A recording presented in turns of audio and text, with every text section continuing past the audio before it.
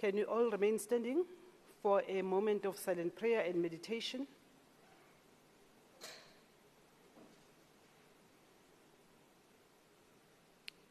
Thank you very much. We may all be seated.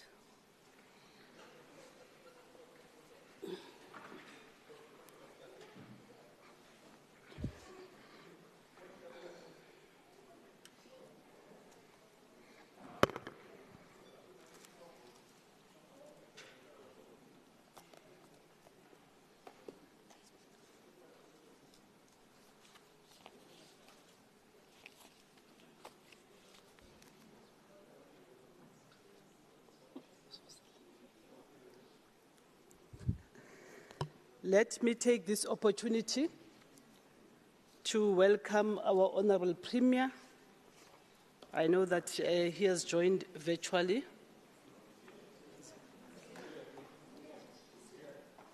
Oh, okay. But he has also joined virtually. Make no mistake. That's what I checked before I came in here. Members of the Executive Council, leaders of political parties, members of the Provincial Legislature, our guests sitting in the gallery, you are all welcome. The citizens of Gauteng. To our guests, let me indicate to you that we do have the rules that guide our sittings, and the rules also guide the behavior or the conduct of those that are visiting us. So as visitors, we are not allowed to interfere in our proceedings. We are not allowed to take pictures. We are not allowed to even clap hands when you are excited about what members are doing, because normally when we have visitors, we like to play in the gallery. So ningasinaki siyathanda ukubukisa. Just keep quiet, because if we continue misbehaving, you might be taken out of the sittings. But I'm also aware that you are keen to learn what we do, but also you have an interest in the deliberations of the Gauteng Provincial Legislature. So you might not want to miss that opportunity.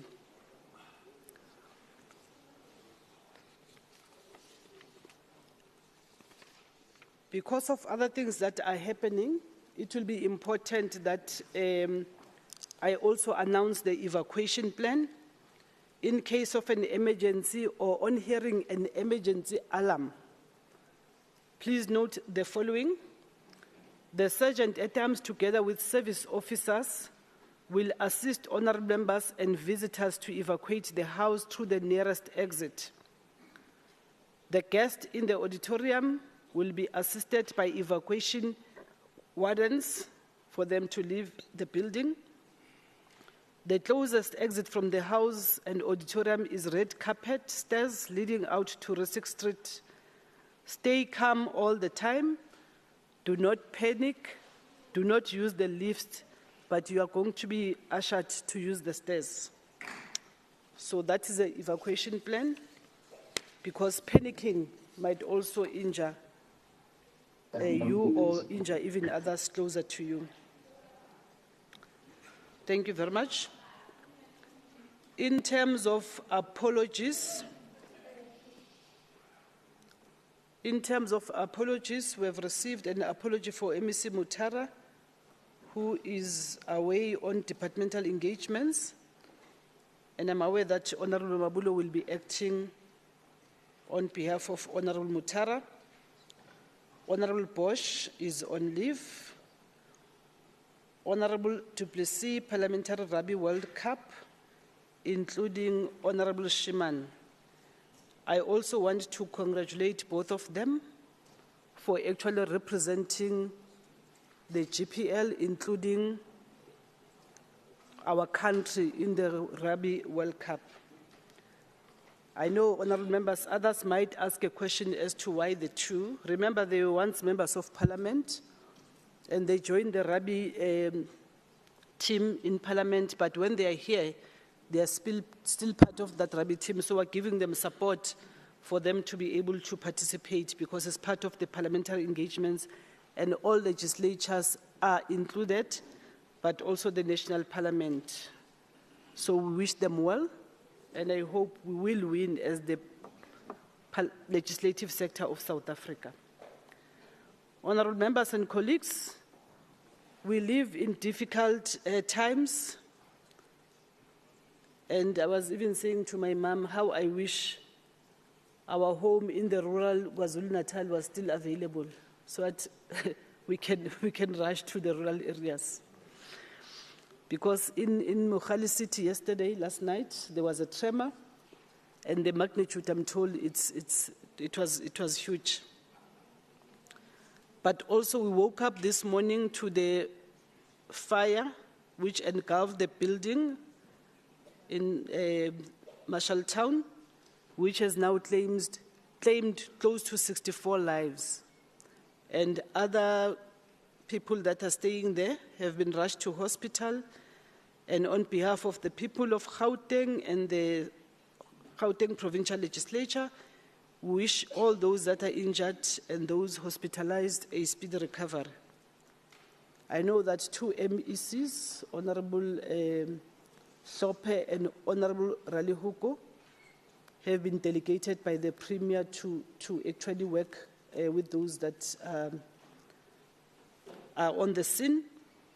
They might join us later in the event they needed to. But I also know that the councillor responsible for 124 is also on site since the early hours of this morning. Thank you very much. I'm not sure whether Honorable Ralihuko has joined us yet because he has submitted a members of the Executive Council statement in terms of Rule 79, subsection 1(2). Honorable Chief Whip. Madam Speaker, as you would know that there's a tragic incident that greeted all of us in the early hours of the morning. The Premier has therefore asked the MEC Ngomo Ralehoko, who is in charge of medical and emergency services, as well as the MEC of Human Settlements, MEC Maile, and MEC of Social Development to be on site. We therefore want to make that apology on behalf of those members, and that would they be placed last on the order paper for the presentation of the awards. And I think it's in the best interest of the House that we allow those hardworking, committed servants of the people of Gauteng to be able to attend to that tragic situation in Joburg Central. Thank you very much, Madam Speaker. No, thank you. I think I've made mention of Honorable Sope Ralihuko, but I forgot Honorable Maile. I think we'll take care of that because it's an emergency that needs to be responded to as a matter of urgency. But in terms of Honorable Ralihuko, she submitted a member statement which needs to be dealt with now. If I may be guided as to how, Chief Whip, you want us to deal with that one. Member Executive Council statement. No, thank you very much. I was just humbly asking that the 3 affected MECs who are already on scene, that we place them last on the order paper. They'll still be able to make those member statements, including the introduction to their reports. No, the reports can be dealt, but we can't postpone the member of the Executive Council. The statement can be postponed. Can we defer it to the next sitting, Madam Speaker? We can, yeah. Thank you very much. Okay. We have also received an apology for Honorable Masilela, who has been asked to deal with urgent party business. Okay. Honorable Makhanya. Thank you very much, Speaker. As the EFF, can you also be excused by 10:30? We've got party obligations. We just received a call now. Okay, we'll note that. Thank you.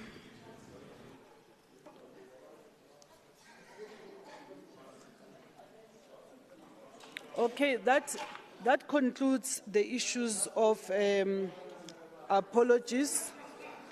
Honorable colleagues, please. We are going to skip member of the Executive Council statement in terms of Rule 79. We are going to member statement in terms of Rule 81, subsection 1, starting with Honorable Dilange.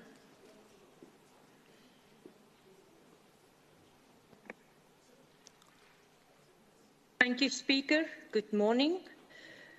Malfunctioning of water care works jeopardizing the heritage site. Turning a blind eye towards the malfunction of water care works in the West Rand not only jeopardizes the underground water resources in the cradle of humankind, Madam Speaker, but also poses a health hazard to communities in the area. Effective and reliable service delivery is one of the biggest challenges in South Africa faces, and this is especially true in Gauteng.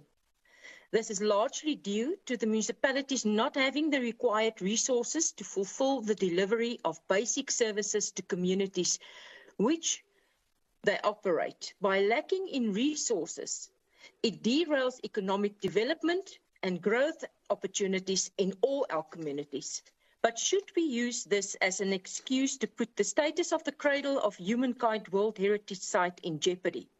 I say this in the wake of the current problems that are being experienced at water care works in the West Rand that are not already overcapacitated and lack further carrying capacity, but are also subjected to the theft and vandalism, resulting in the contaminating of underground water resources in the World Heritage Site. A major issue of concern on the West Rand is the contamination of water resources in the vicinity of the Cradle of Humankind, the latter which can be directly attributed to the malfunction of water care works. It was also indicated that irrespective of the fact that several directives for non-compliance have been issued by the Department of Environmental Affairs to the municipality, there has been no improvement due to the apparent lack of funding and proper management. Untreated raw sewer flow directly from the Percy Stewart water treatment works into the Tweeloopie-spruit, passing through the Cradle of Humankind and finally exits into the Hartbeespoort Dam. Inadequately treated wastewater effluents has a negative effect on the receiving environment, and subsequently several water resources are exposed to regular extreme fluctuations in microbial and chemical qualities as a result of the variety of activities on the water body. The problem is further aggravated by residents from informal settlements along the stream that use water from this source for domestic purposes, as well as children crossing the stream en route to farm schools, exposing them on a daily basis to danger of E. coli. The river, picnic spots and restaurants downstream are also severely affected by the terrible stench and serious health threat. This situation created by Mogale City local municipality negatively influences the already crippling tourism and hospitality industry, all situated downstream. Provincial and even national intervention is therefore urgently required to address this environmental and humanitarian crisis. Thank you, Madam. Next member, Honorable Randall. Good morning. Thank you, Speaker. And please accept our sincerest condolences to the family who lost loved ones in the tragic event that unfolded in the early hours of this morning.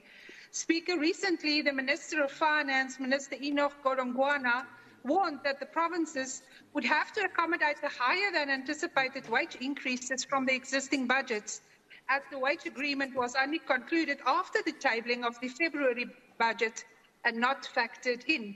This morning it was confirmed that national government has already overspent its budget by 2 billion rand in the first quarter due to the higher than expected wage agreements.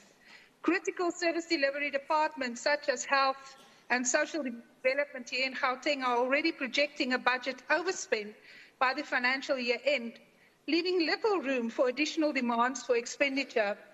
Now, whilst this challenge exists, it did not deter the Honourable Gauteng Premier Panyaza Lesufi from continuing to advertise and appoint the 6,000 Nasi Ispani project posts every month in the current financial year to address the high unemployment rate in the province. This achievement can easily turn into anticipated failure with the Premier's new wage pact in the current financial year. Now, where the multi-party government governs in the city of Tshwane, Mayor Silje Brink has been trying to engage with local bargaining council to exempt the city from the proposed pay increases, citing the dire impact this will have on the city's already strained financial situation. It is now more than ever of utmost importance that we exercise financial prudence, fiscal prudence, and put service delivery first and ensure that government can deliver on its core mandate. The wage increases in Nasi Hispani projects are adding strain onto the fiscus, which means less money for proper service delivery. I thank you. Honorable Dr. Paladi Dikhamela.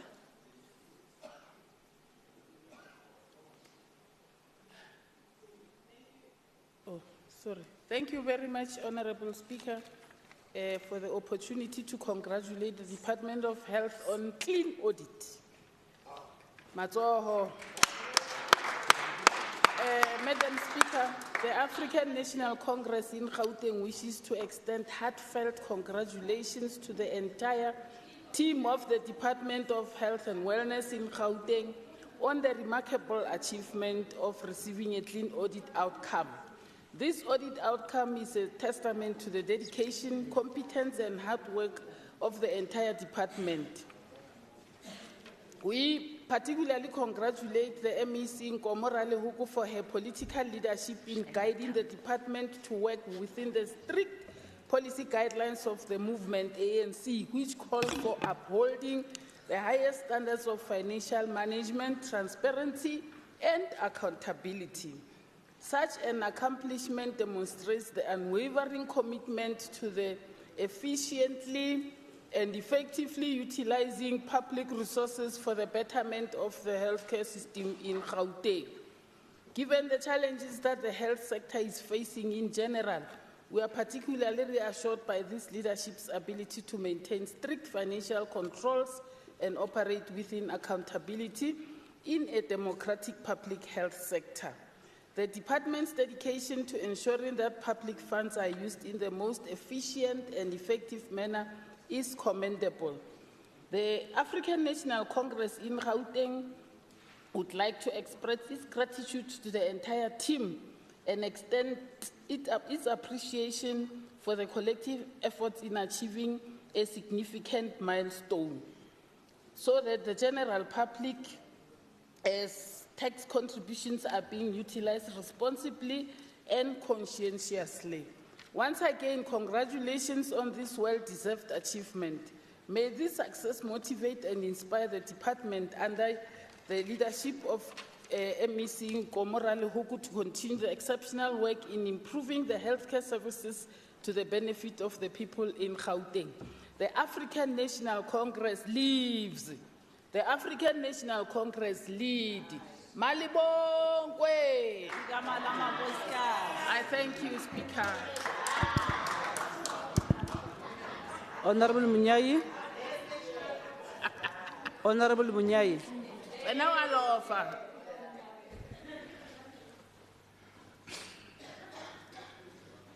Thank you for the opportunity, Madam Speaker.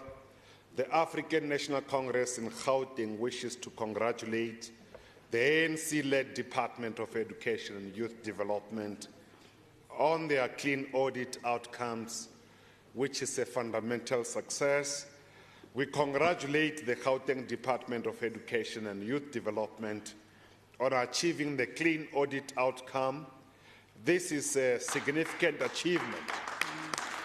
This is a significant achievement and reflects the diligent efforts and the commitment of the department under the stewardship of the esteemed honorable member, Comrade Matume Chilwane, in ensuring the effective financial management and accountability, and that is balanced with a service delivery achievement. A clean audit demonstrates the department's good financial management, transparency, and accountability, in ensuring the effective use of the public funds. We commend the department for upholding the values of good governance and the fiscal discipline. This achievement, Honorable Speaker, is particularly meaningful as it directly impacts on the quality of education provided to the learners of Gauteng as a whole. A clean audit outcome is a testament to the dedication and hard work of the department, and including the leadership, management, and the staff.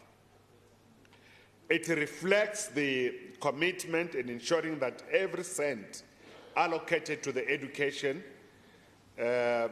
is used wisely to improve access to quality education and enhance learner outcomes and promote equitable education opportunities for all. We can say safely, in Gauteng, the doors of education and cultures are open to all. A clean audit, Madam Speaker, is an outcome that we really pride ourselves, and we believe the positive outcome reflects the ANC government commitment to service delivery and achieving the objective of better life for all our people. We encourage, Madam Speaker, that the department to build on this achievement and strive for continuous improvement in all areas of education delivery. Lastly, Madam Speaker, we should like to take this opportunity and wish the best of luck to the matric class for the 2023 for their upcoming final examination. I thank you in this regard. Thank you. Honorable Ndlankomo. Thank you, Speaker.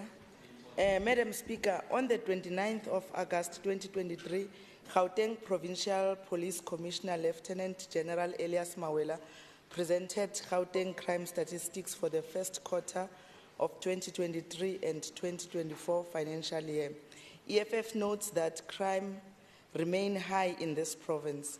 We note the increment of common assault at 11.3%, common robbery at 9.9%, grievous bodily harm at 7.8%, and commercial crime at 20.3%. Gauteng is clearly a hub for criminals. SAPS is fighting a losing battle. Madam Speaker, recently Premier Panyaza Lusufi came to this house and lied about hiring 6,000 crime prevention wardens. Now we are suddenly told that the system only absorbed 4,981 due to lack of metric and other document requirements. EFF has been questioning the criteria used to employ these Nas Ispani ANC election campaign volunteers.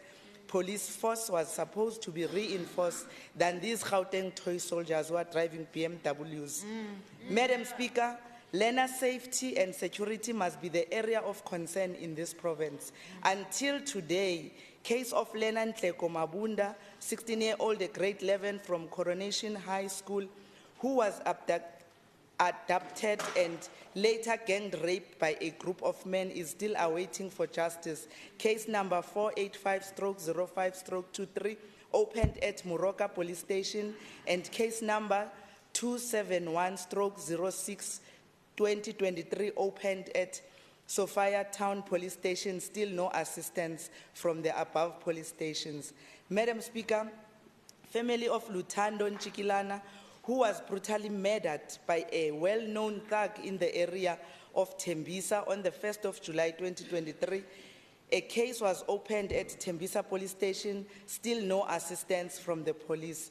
Speaker, as I conclude, illegal mining activities in this province is also an area of concern. Even today, these activities are still continuing. Gauteng police are scared to go underground. They are waiting for Zamazamas to resurface so that they can be able to arrest them. Police with bulletproofs are scared of Basotho with blanket proofs. This shows the weak SAPS that we have in our province. As EFF, we are proud Of our fearless EFF Johannesburg MMC for Public Safety, Dr. Komisa Mgcini-Tshwako, I thank you. Bye. Bye. Bye. Honorable Ralihuku, because we're still on member statement, I'm not sure whether are you ready with your statement, because I was about to pass you as you were not here. Now that we have arrived, we just concluded a member statement in terms of Rule 81, subsection 1. I now allow Honorable Ralihuku to present a member statement, member of the Executive Council statement in terms of Rule 79, sub 1. Bye-bye, Speaker. Bye. We are leaving. Premier, please don't forget my cow. 2. We are done with that. Honorable members, why are you destabilizing me? Chief Whip, Honorable Chief Whip, why am I being destabilized because others are leaving the house? Can we have order? You don't have to notice that people are leaving. Honorable Ralihuku.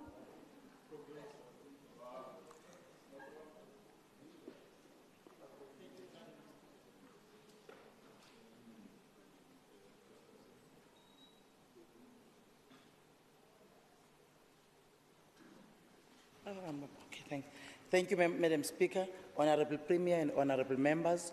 Today, in the wake of yet another tragic incident that unfolded in the early hours, casting a shadow of distress and grief upon us all in the province, a 5-story building situated in the heart of Johannesburg inner city was consumed by devastating flames, resulting in a grave toll on human lives and leaving in its wake a multitude of injuries. So far, 55 people have lost their lives.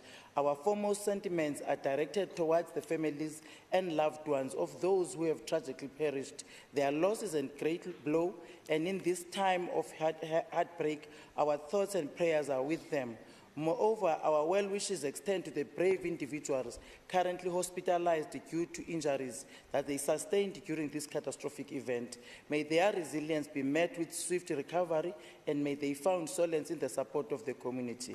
In the midst of this tragedy, we find ourselves humbled by the commendable efforts of our emergency medical personnel and the various response teams who, without hesitation, answered the call of duty. From the early hours of the morning, they have tirelessly worked at the scene, displaying professionalism and compassion in their efforts to mitigate the impact of this disaster. Their dedication serves as a testament of the firm commitment of our frontline heroes. As the affected individuals receive essential care and treatment across the diverse medical facilities, we recognize the coordination and collaboration that has been witnessed amongst our healthcare institutions. It is a demonstration of unity and solidarity in times of crisis. Let us stand united in the face of adversity, drawing strength from our shared resolve to heal and rebuild. Let us honor the memory of those who have left us by redoubling our efforts to prevent such tragedies in future. Thank you, Madam Speaker. Thank you.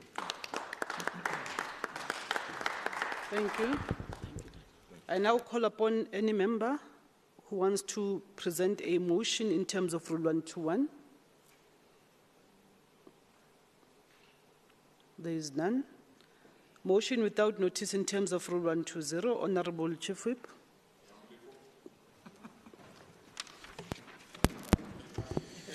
Thank you very much, Madam Speaker. I, Member L.E. Makubela, the ANC Chief Whip, hereby tables the following motion in terms of Rule 120, subsection 1C, read together with Rule 121 and Rule 122 as follows. Noting that the following reports were not programmed for today's sittings, which is the Thursday, the 31st of August, 2023, as order number 16 and 17, respectively. 1, on the Economic Development Portfolio Committee's report on the final voting mandate of the Copyright Amendment Bill, which is title B13F/2016. And the second one will be the Economic Development Portfolio Committee's report on the final voting mandate on the Performance Protection Amendments Bill titled B24F/2016. And Madam Speaker, further noting that the Department of Education annual report, which is tabled as order number 13 on the order paper. I therefore request that the House resolve to include the following orders to today's sittings as follows: that the Economic Development Portfolio Committee's report on the final voting mandate of the Copyright Amendment Bill and the Economic Development Portfolio Committee's report on the final voting mandate on the Performance Protection Amendment Bill. To give precedence to the following order in terms of Rule 121C, that the Department of Education be tabled as order number 1. I so move, Madam Speaker. Thank you. Any seconder? Honorable Malima? Thank you, Madam Speaker. I rise to second. Thank you very much. Seconded. I now put a question. All those in favor say yes. All not in favor say no. The ayes have it. The motion is adopted by the House. Thank you very much. Can we therefore request the Secretary to read the first order?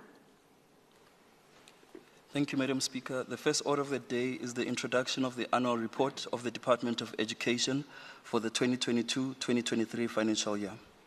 Honorable Chilwane. Thank you, Honorable Speaker. Before I start, Honorable Speaker, I see Honorable Ramulif is smiling today. Just know that I visited him last night. Madam Speaker, Honorable Premier, Deputy Speaker, honorable members of the Executive Council, honorable members of the Provincial Legislature, officials of the Department of Education, honored guests, comrades and friends, Tobel. Madam Speaker, our performance in the year under review continued to be guided by the NDP and the MTSF priorities, as well as the provincial imperatives contained in the provincial strategy, the GGT 2030. These priorities are articulated in the revised 2020 to 2025 strategic plan and they are tabled and the table 2022-23 annual performance plan. Honourable members, I'm proud to table the annual report of the Department of Education for 2022-23. This report is a summary of our achievement in the year under review.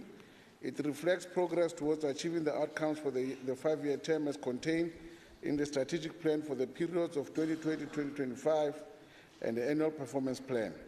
The outcomes we identified for the 6th administration remain, which are outcome 1, which focus on providing quality early childhood development services, outcome 2, which promotes the delivery of high-quality basic education services across the province, outcome 3, which aims to create the safe schools and promote social cohesion, outcome 4th, which focuses on changing educational landscape, and the 5th, which seeks to facilitate the transition to post-schooling opportunities in the world of work. Speaker, the role of the ECD sector remains that of nurturing the future world-class citizens who will possess the required and relevant skills for future careers, and not starting the intervention at later levels, such as the matric level. The foundation phase, which is the first 6 years of a child's life, is the most crucial stage owing to the extensive brain development.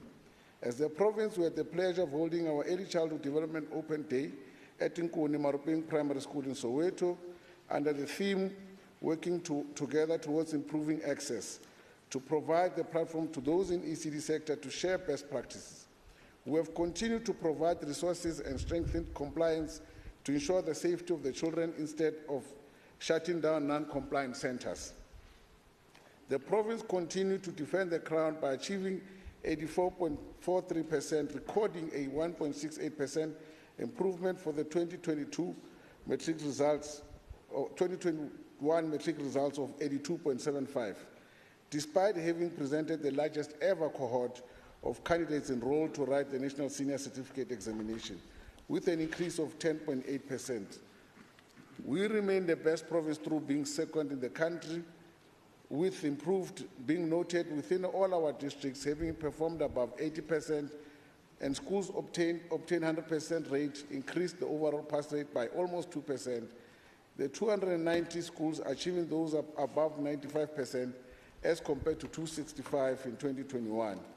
A total of 115 township public schools, including learners with special educational needs schools, achieved a pass rate above 90%, closing the gap between them and the suburban schools, in line with the investment made for the modernization of school infrastructure. The reading plan was implemented as part of the language and mathematics strategy at an early grade reading assessment and is used as a diagnostic tool to determine the learners' levels in reading so that appropriate support programs can be implemented. The reading methodologies as per CAPS, with the emphasis on reading for meaning and comprehension, were shared with educators in various platforms.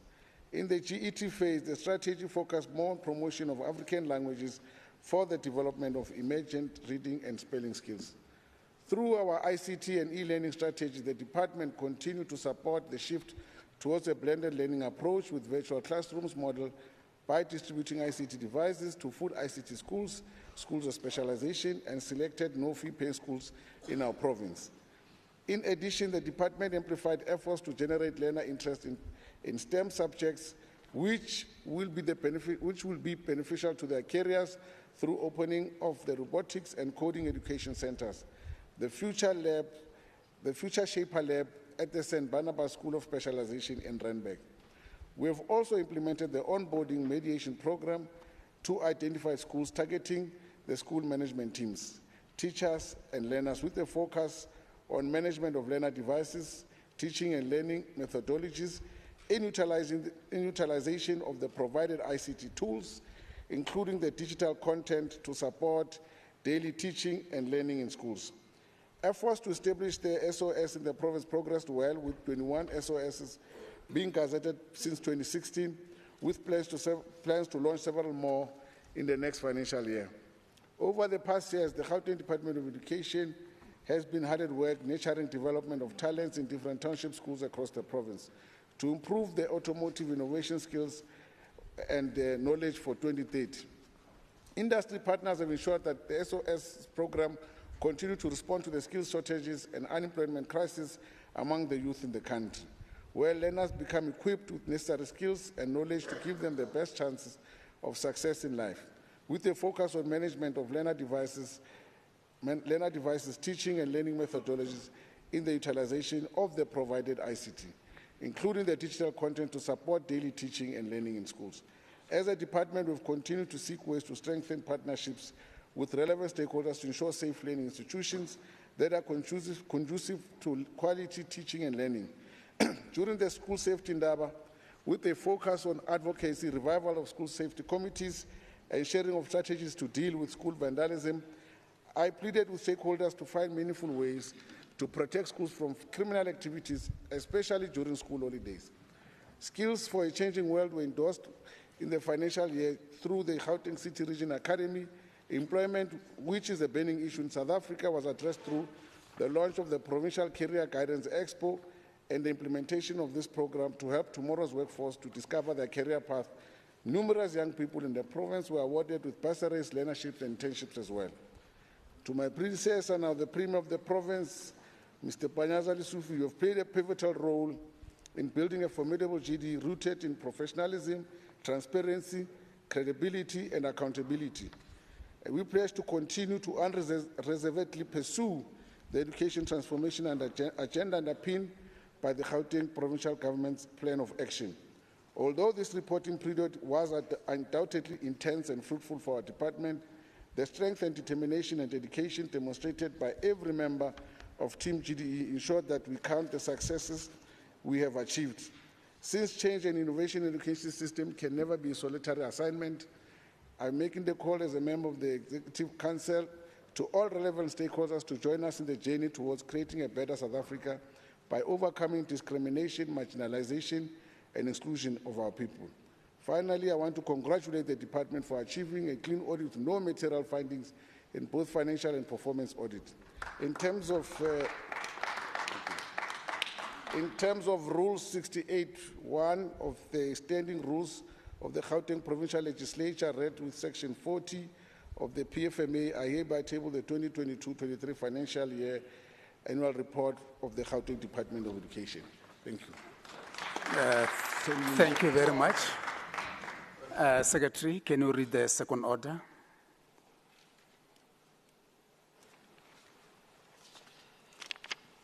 Thank you, Honorable Deputy Chair of Chairs. The second order is the introduction of the annual report of the Gauteng Provincial Legislature for the 2022-2023 financial year.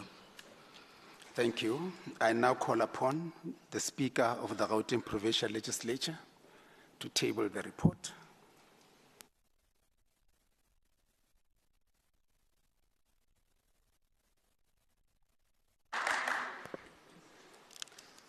Thank you very much, Honorable Deputy Chair of Chairs. Let me acknowledge once more our Honorable Premier, Premier Andrek Panyaza Lissufi, Presiding Officers, Honorable Chief of the Majority Party, members of the Executive Council, leaders of represented political parties, Honorable members, our guests, ladies and gentlemen, the people of Gauteng. It is an honor and a privilege to stand in this august house as I table the introduction of the 2022-2023 Gauteng Provincial Legislature Annual Report to the people of Gauteng. As this is a tabling, I will just provide a high-level snapshot of our performance across our constitutional mandates and strategic outcomes, which are oversight, lawmaking, public participation, cooperative governance and good governance, and fiduciary compliance. Before going any further, allow me to reflect on the devastating fire that broke out not far from the GPL here in Marshalltown in a hijacked 5-story building. Unfortunately, the death toll is already over 64. Allow me to call for a moment of silence as we offer sincerest condolences to the families and loved ones of those who had lost their lives, and we offer well wishes and a speedy recovery to those who are injured and displaced. A moment of silence, please. Can you all stand up?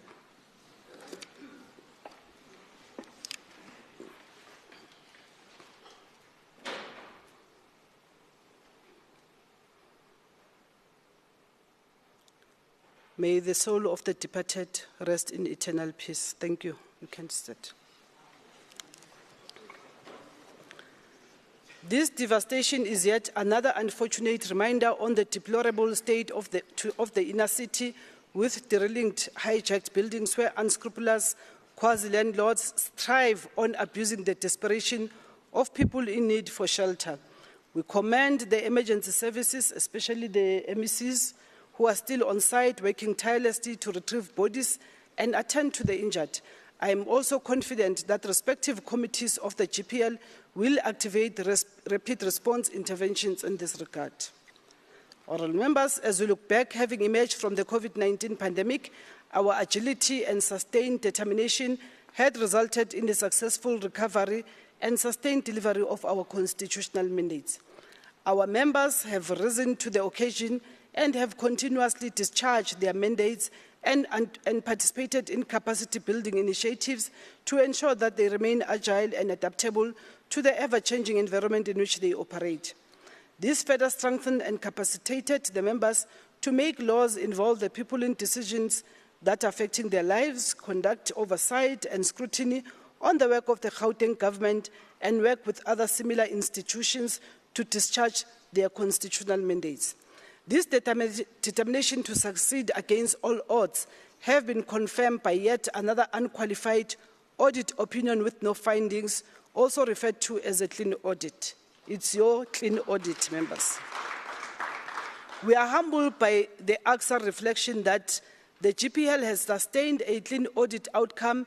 A key best practice we noted is that the Speaker and the accounting officer set the right tone at the top by exercising effective oversight over financial and performance reporting. But I also know that the work that is done by our committees is really much commendable, and our chairpersons being in the driving seat.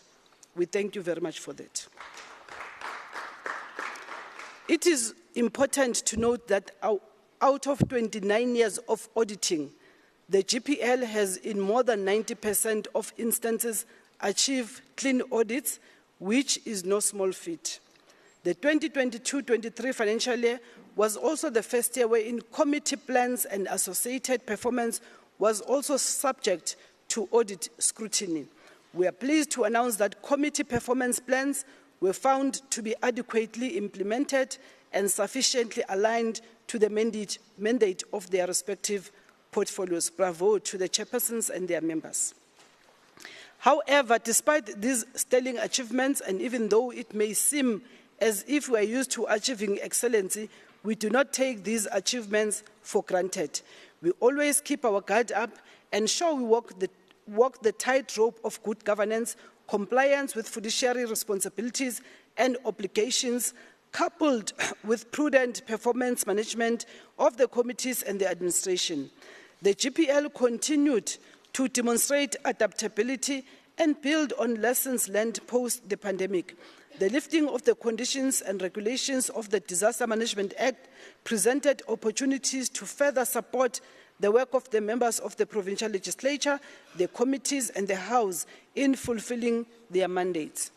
We're better placed to maximize efficiencies through sustained usage of digital and virtual platforms that were a necessity during the lockdown. We continue to draw lessons from the efficiencies, effectiveness and productivity brought about by COVID-19 pandemic. For the period under review, we have been commended by the Auditor General on our efforts to enhance the resolutions management process, especially with respect to consideration of departmental responses to House resolutions. We owe this to our chairs and their committees. Once more, because I know that about 3 years ago, this was a thorny issue. The quality of submitted annual financial statements and performance information, including the financial health and supply chain management, had positively contributed to the sustaining of our clean audit outcomes. We have also sustained our positive performance in the areas of core business, committee performance and reporting, compliance with legislation, strategic planning, and supply chain management. We have fared well on the levels of assurance provided by the Executive Authority and the presiding officers, the governance structures, and the entire administration.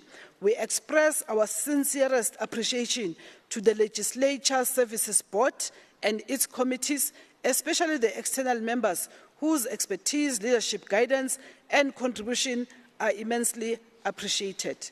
The collective contribution of these oversight and implementing structures, administration, enabled the institution to install and implement the necessary internal controls to record an 83% achievement of planned targets for the period under review.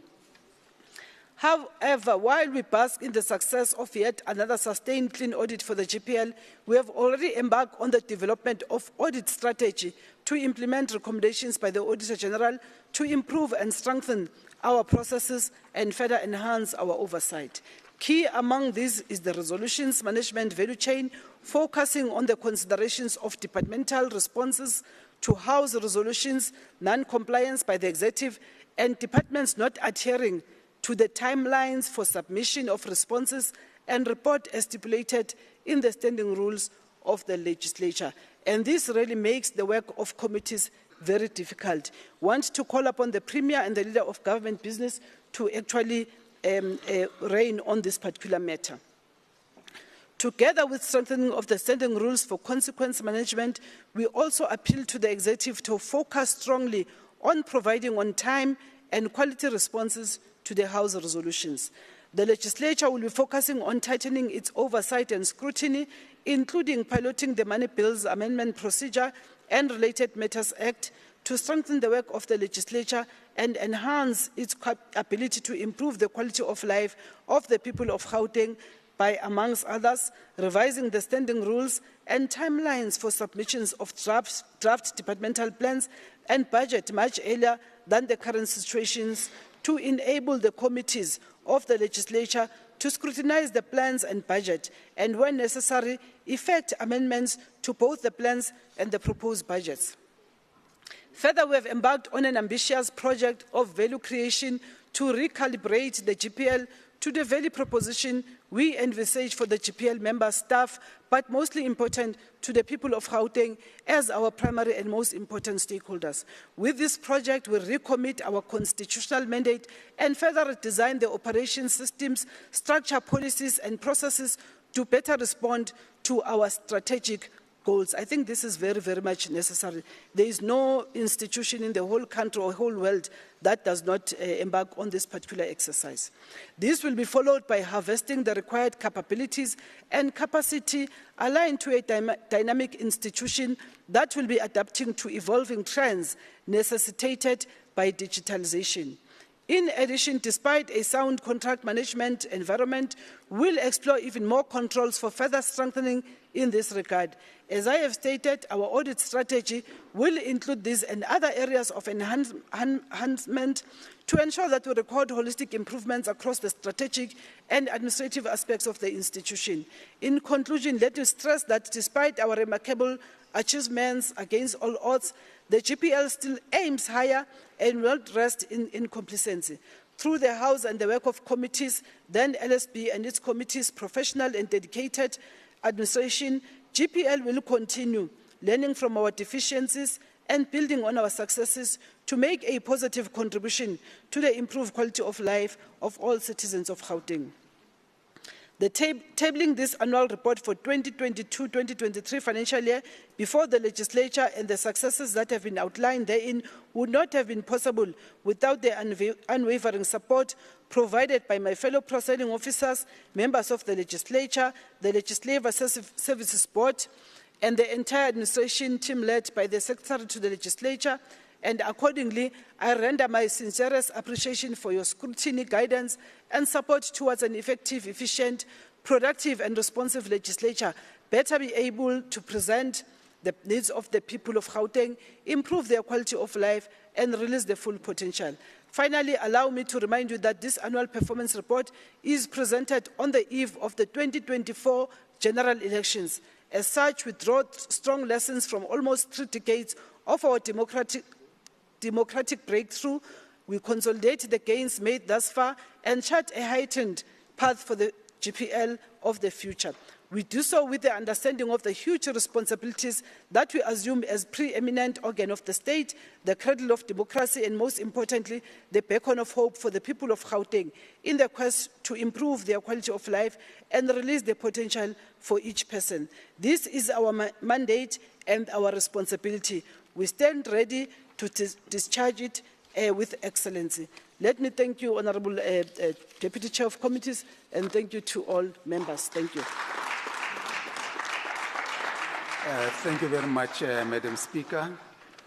Secretary, the next order. Thank you, Deputy Chair of Chairs. Order number 3 is the introduction of the annual report of the Office of the Premier for the 2022-2023 financial year. I now call upon the Premier of Gauteng Province to table the annual report.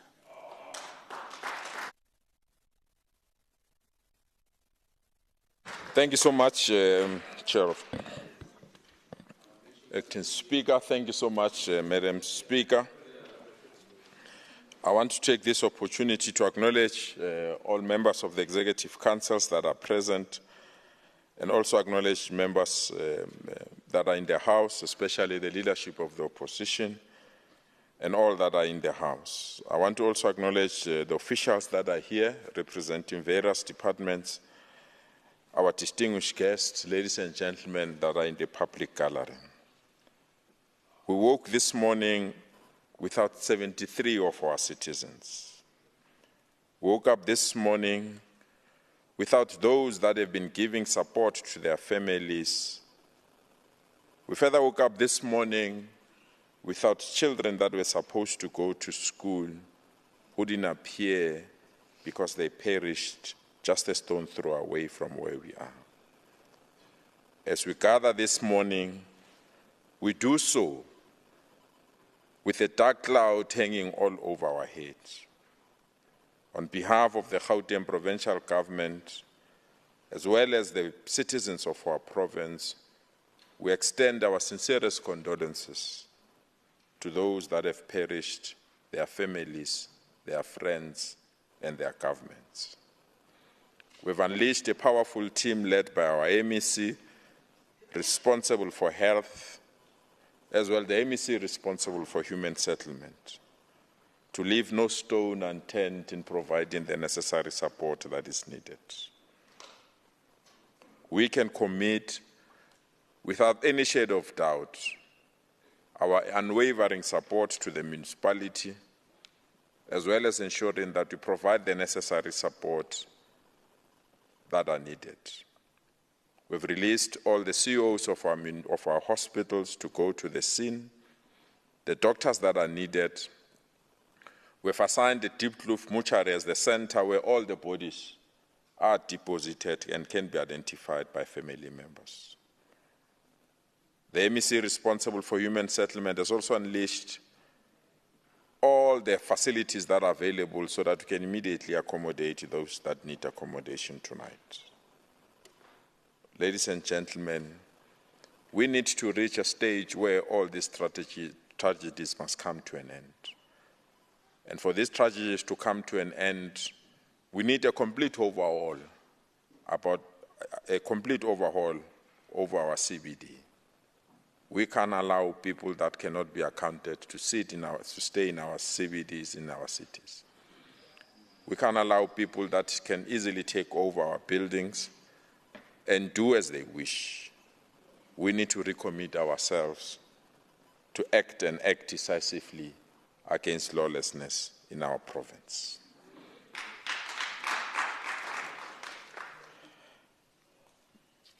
Acting Chair, Acting Speaker, we want to thank the national government for bringing heads of states into our province during the 15th BRICS Summit in our province.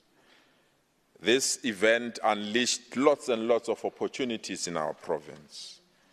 Businesses were overflowing with customers, hotels were fully booked, shops had new customers, and we had so many people that were parading and participating in various economic activities in our province.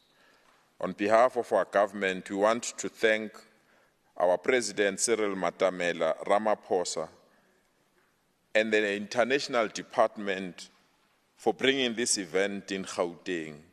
And we urge them, the next event, G7, must also find its expression here in Gauteng so that we can be in a position to accommodate.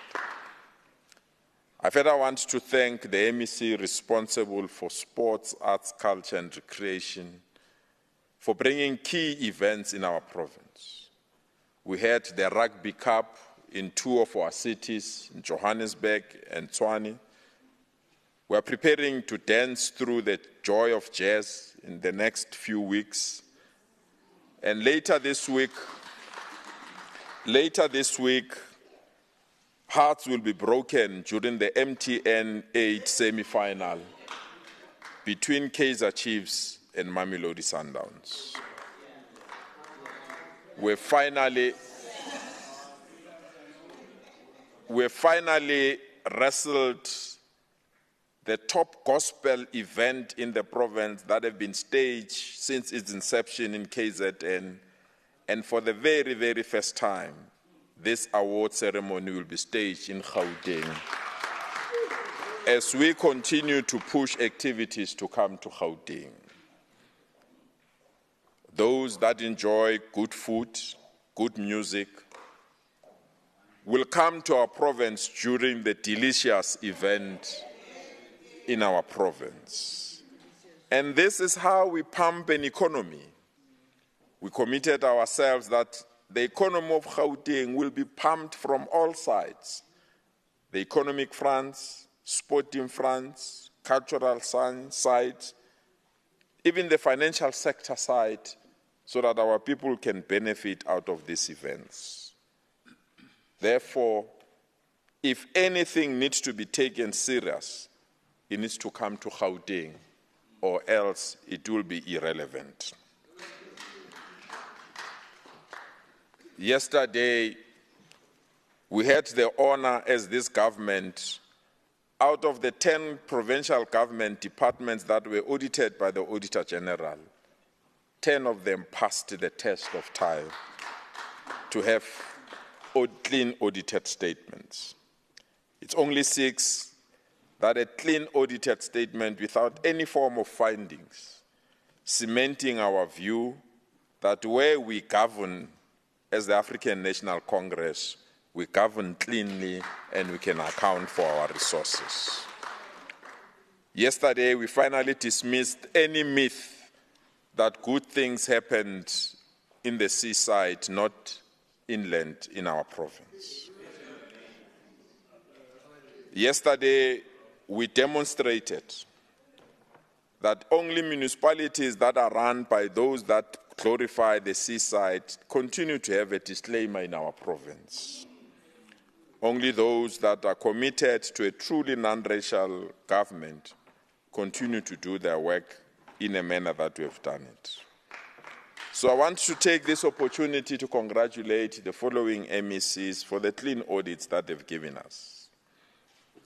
MEC Matume Chilwani, for the first time, the MEC responsible for education got clean audits. I also want to congratulate MEC Mziku Malo for a double Jamie for giving us clean audits for the Department of E-Government and Research, as well as the Department of COCTA. Thank you so much, MEC. I also want to thank, in absentia, MEC Tasnim Mutara for the Department of Economic Development for giving us a clean audit. I further want to thank the MEC responsible for finance, MEC Mama Bulo. It's only when that is in the house that branches of the SACP are safe from being developed.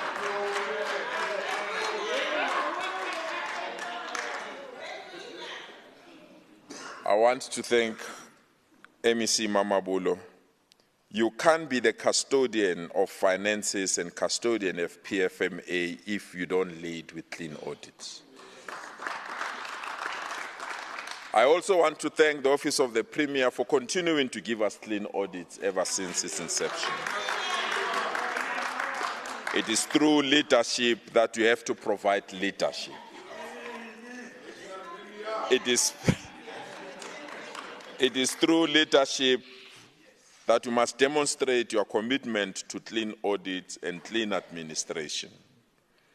But I also want to thank the 4 departments that have made drastic improvement in their audit outcomes, starting with the Department of Health and Wellness, Department of Human Settlement, because these are the departments that have gone through difficulties in the last 2 years. I also want to thank the Department of Transport that have to work extremely hard to ensure that the finances are on a good footing. I also want to thank the Department of Infrastructure Development.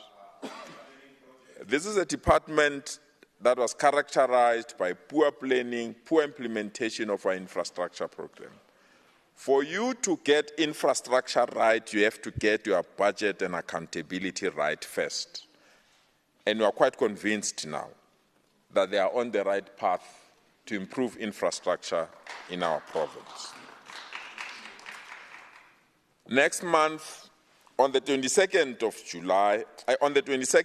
June, next month on the 22nd of October, the administration that I have the honor to lead will turn 1 year old. Within that 12 months, we've shaken the foundation of laziness and demonstrated our capability to govern this particular province. During the last 12 months, we've made it clear that townships will never be the same, informal settlement will be improved, hostels will be better in our province. It was unimaginable that a hostel in our era, in our time, will have a free Wi-Fi and free data in the hostel where people don't have to buy data. It was completely imaginable that hostels will have free CCTV cameras to ensure that hostel dwellers are safe. It was indeed unthinkable that informal settlement will get processes that will allow them to have formal houses and convert informal settlement into proper dwelling for our people. It will be through our lifetime, we can confirm it now, that will be a generation that didn't increase informal settlement, but a generation that started the reversal process of informal settlement in our country. It is this commitment that makes us proud that the economy in the townships will be revitalized. And those that are investing in the townships will get a return in investment. Never in the history of this country, since 1994, that we've managed to unleash so many shopping centers and shopping malls in the townships. Never in the history of our country that we've seen so many service stations and so many retail shops that are invading our townships so that we can grow them.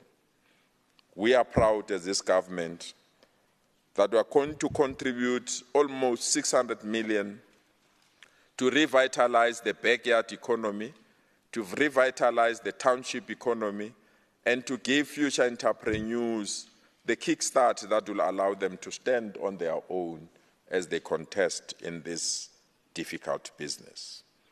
Next month, we are holding a seminar at Nazareth to fund all backyard car engineers or car mechanics so that we can give them the footprint that they need so that they can stand on their own in our province. We are also convening a summit of those that are looking for to start their businesses in their township. The only thing they need to bring to us is their business plans, and out of those particular business plans, the government that I have the honor to lead will fund their businesses. This is how you start to revitalize our townships and provide them with the necessary support. 12 months ago, all our community sponsorship were owned by foreigners. As we approach our first year anniversary, we are proud that 178 sponsorships in the townships have been taken back to South Africans and rebranded with necessary stock so that we can be in a position to compete as South Africans. We are not against foreigners, but we are for South Africans that need to own their own businesses. We are investing these resources and rebranding this so that we can be in a position to create opportunities for our people. It's within this context that I want to thank Uber for allowing 6,000 young people to own motorbikes and start their businesses in our townships. These 6,000 young people can now earn an average of 7,000 rand a month to deliver food to our people. We've also taken foods like Malamuhodi Monday to be on the Uber app so that those that are in the suburb, if they want Malamuhodi, it can be deposited to them easily.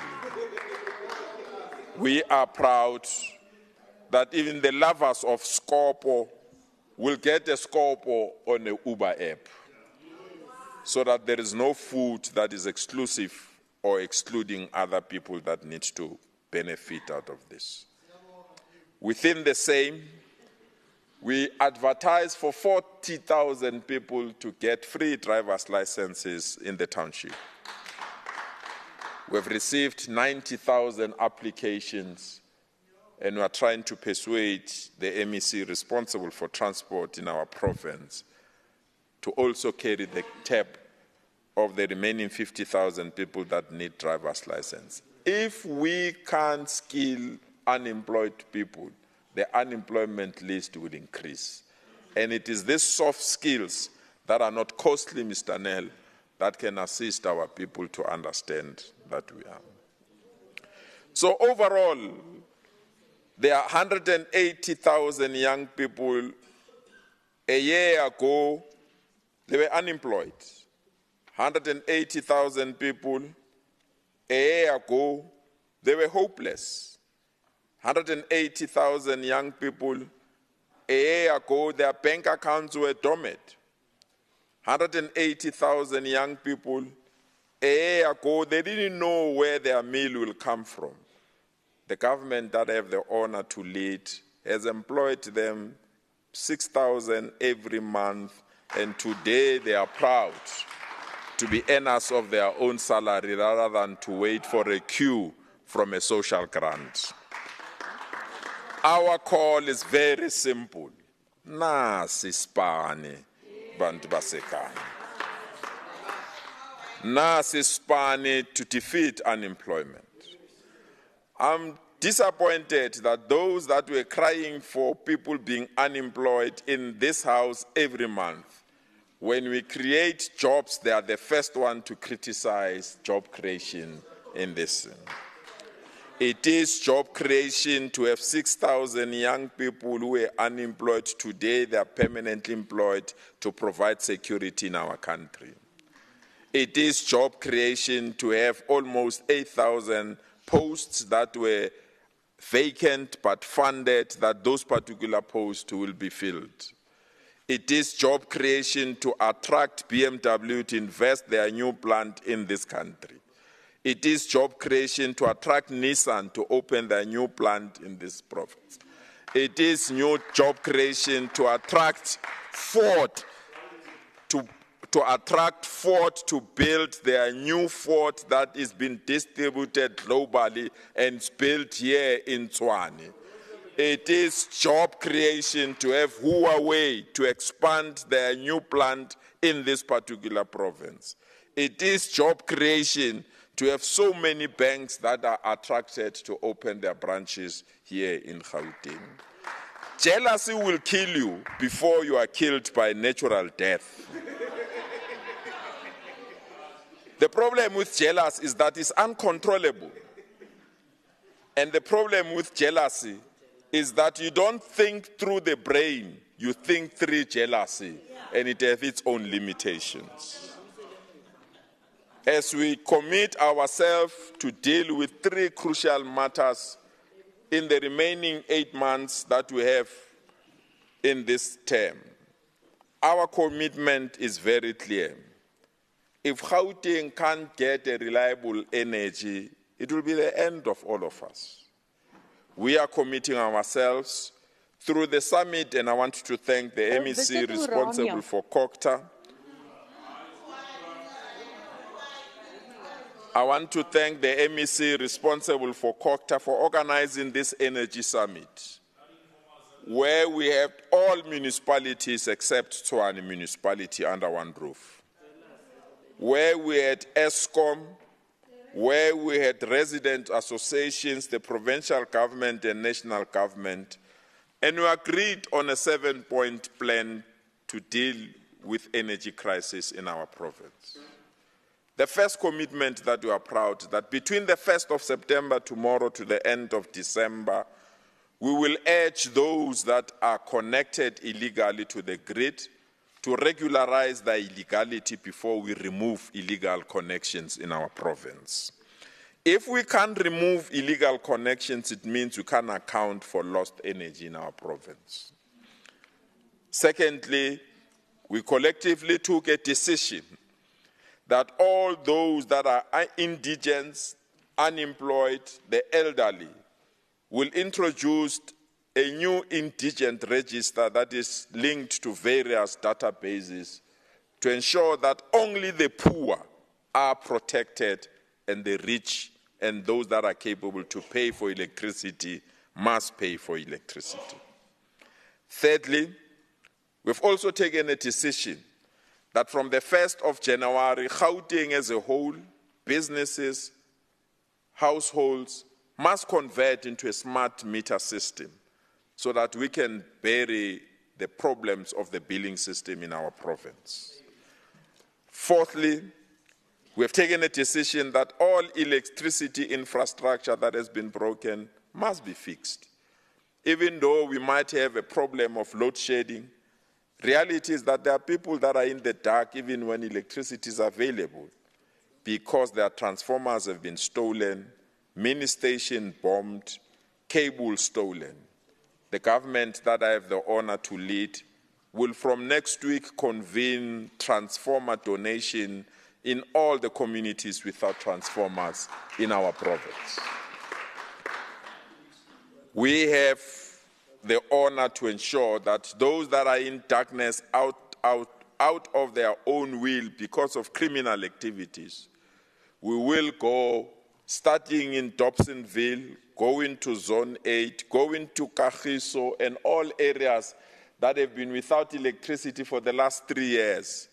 The government that I have the honor to lead is bringing transformers in those particular communities so that they can be connected and they can. We have appointed city power because this is the government of local authority that is willing to work with us. This is the commitment that we have, the commitment that we will carry. I want to conclude by thanking our new Director General, Edward Musuwe.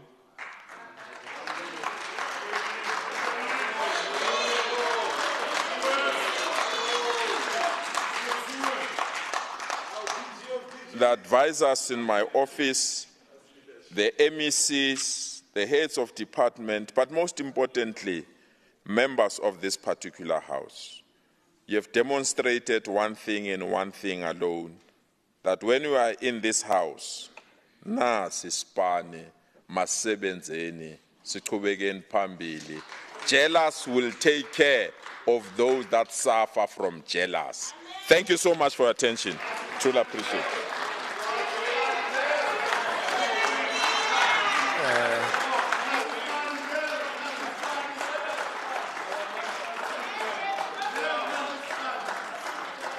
Thank you, Premier.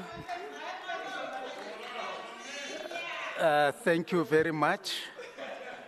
The Secretary, can you read the fourth order? Thank you, Deputy Chair of Chairs. Order number 5 is the introduction of the annual report of the Department of Economic Development, including its entities, for the 2022-2023 financial year.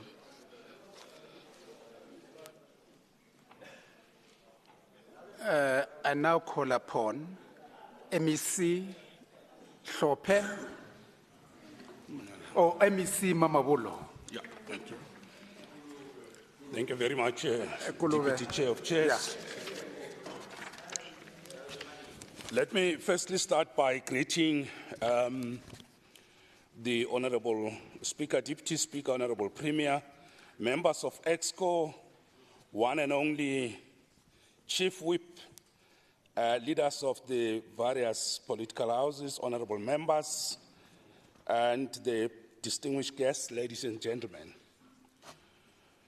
Just before I table the annual report of the Department of Economic Development on behalf of MSc Mutara, I just want to take the opportunity, honourable members, to take note and strongly register a concern about the absence in the House of members of opposition parties. You can see there are only 3 of them in the House. About 4, that's still not enough. I'm but, here, MEC Mamabolu, I'm here. Just look up, I'm here. I guess this is because the honourable members do not have the courage to come and listen to the revolutionary side of the House when we celebrate excellence in performance relating to clean audits. They are very much ashamed to come and listen to us celebrating these very important achievements. I would like to strongly condemn their cowardice. They remain cowards, because I'm quite sure that if things had gone wrong, they will be here shouting and making noise if we didn't achieve what we have achieved. So thanks very much to the leadership of the ANC-led government and administration. Yesterday we were celebrating. The celebration continues. We started yesterday. Let me take this opportunity to say that it's really with great honor to stand before the House to present the annual report of the Department of Economic Development. Also taking note that today is the day that we conclude and marks the end of the Women's Month. I also do so fully appreciative of the excellent work that MEC Motara has done and the team in achieving a clean audit, and congratulations to the MEC and to the entire team. We wish the MEC and the department all the best, and of course, as we draw closer to the end of the sixth administration, let us not lose focus of all the gains we have achieved, just as we reflect on the challenges we face. Honourable members, while the South African government has made the ANC-led, let me emphasize this point.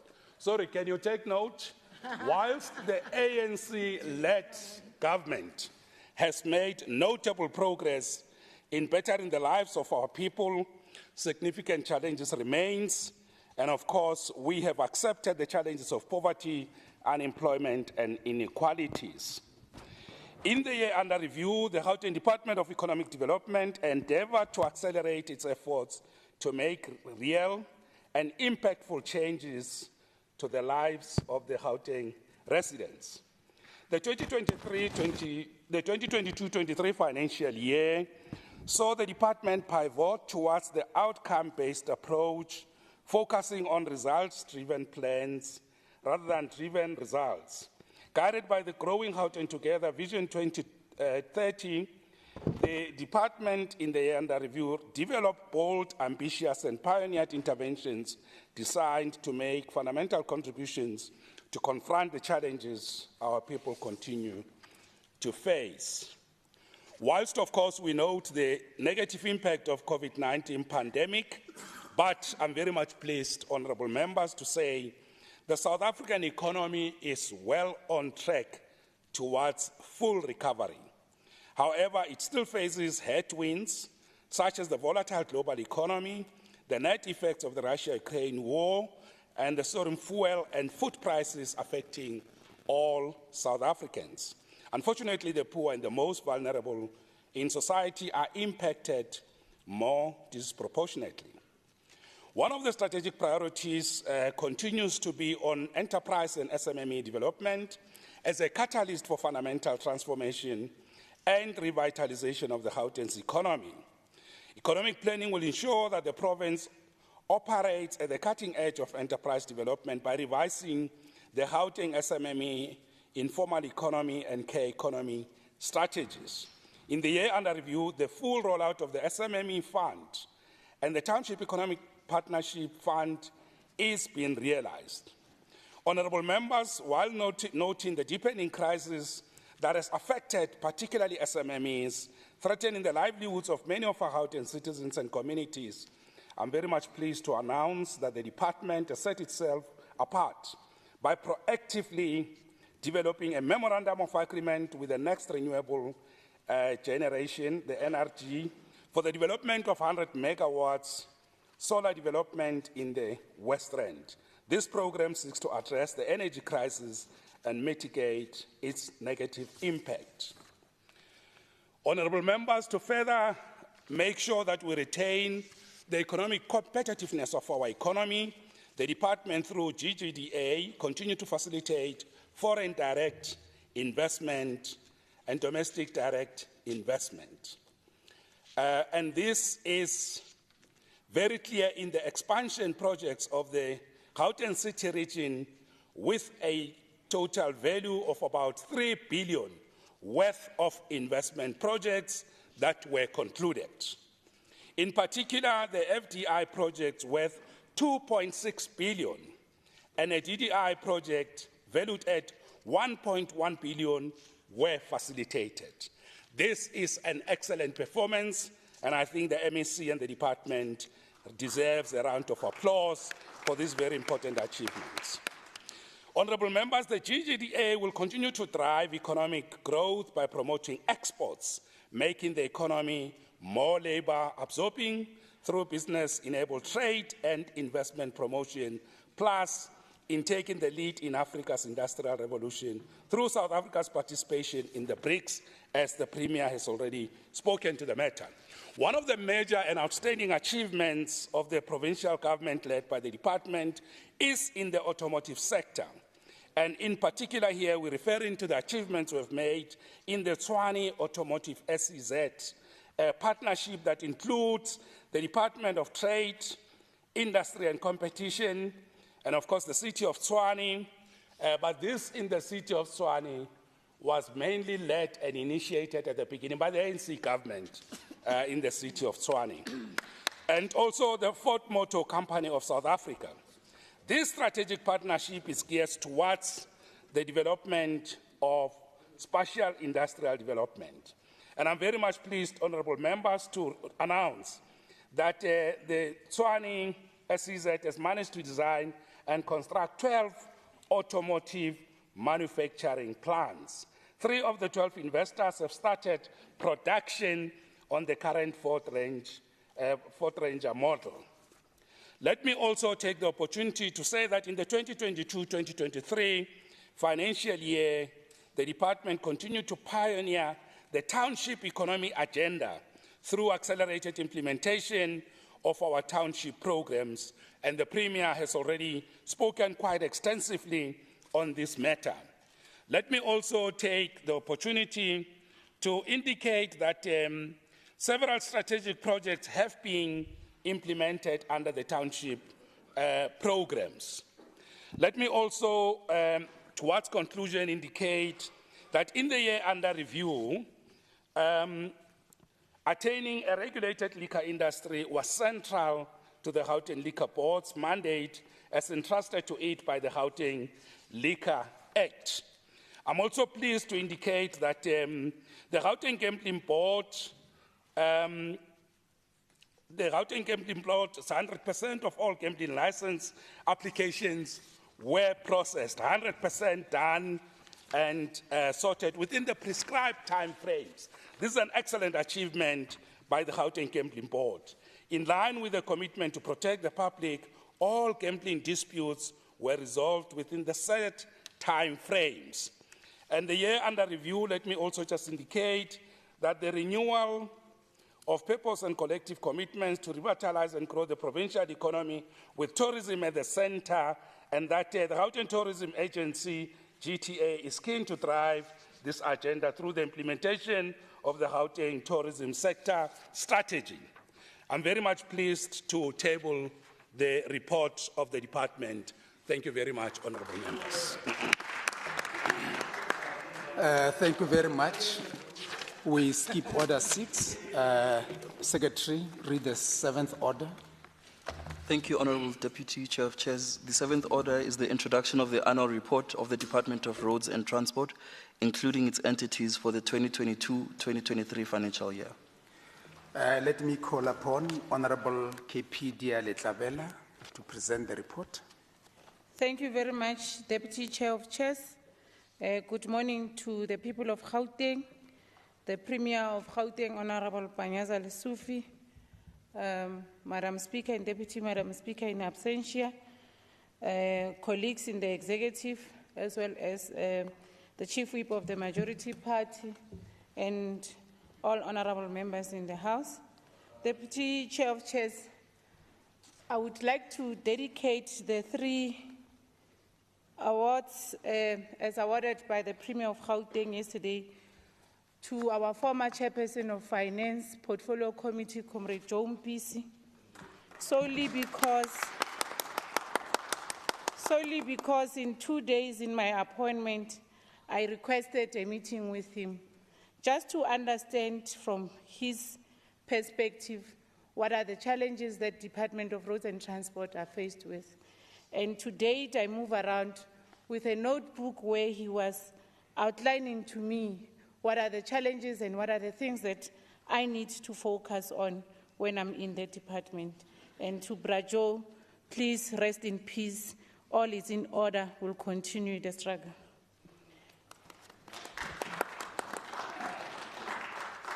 Deputy Chair of Chairs, today we gather to reflect upon the strides taken during the financial... Yeah, you were also there. I forgot to mention you. Sorry, Oma. Javas does also.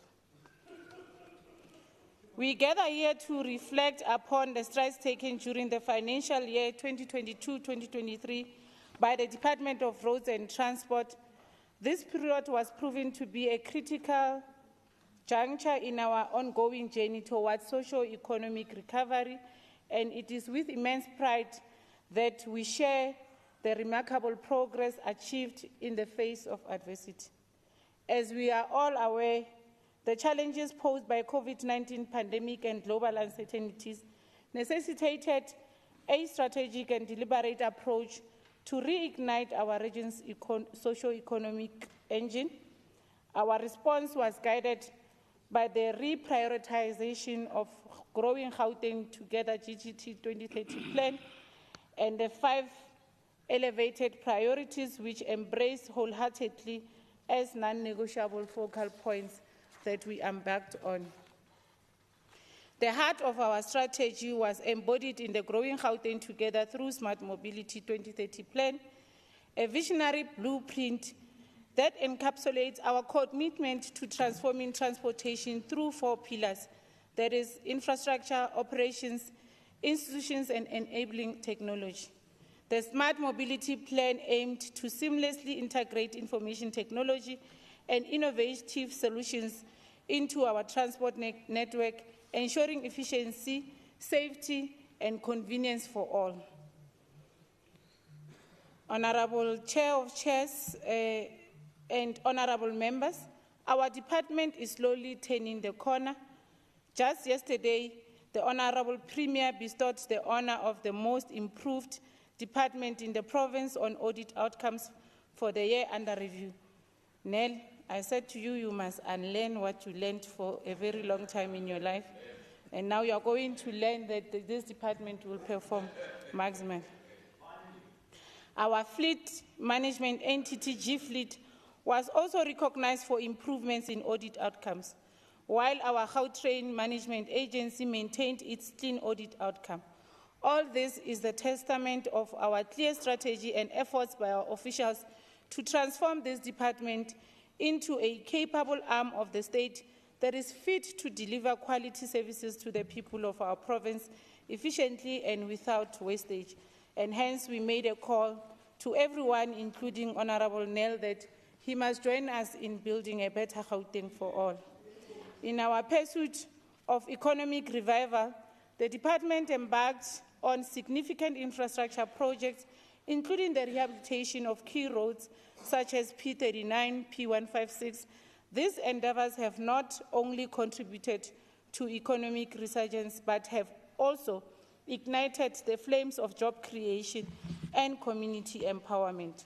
We recognize the pressing need to address unemployment head-on, a consequence of the pandemic impact.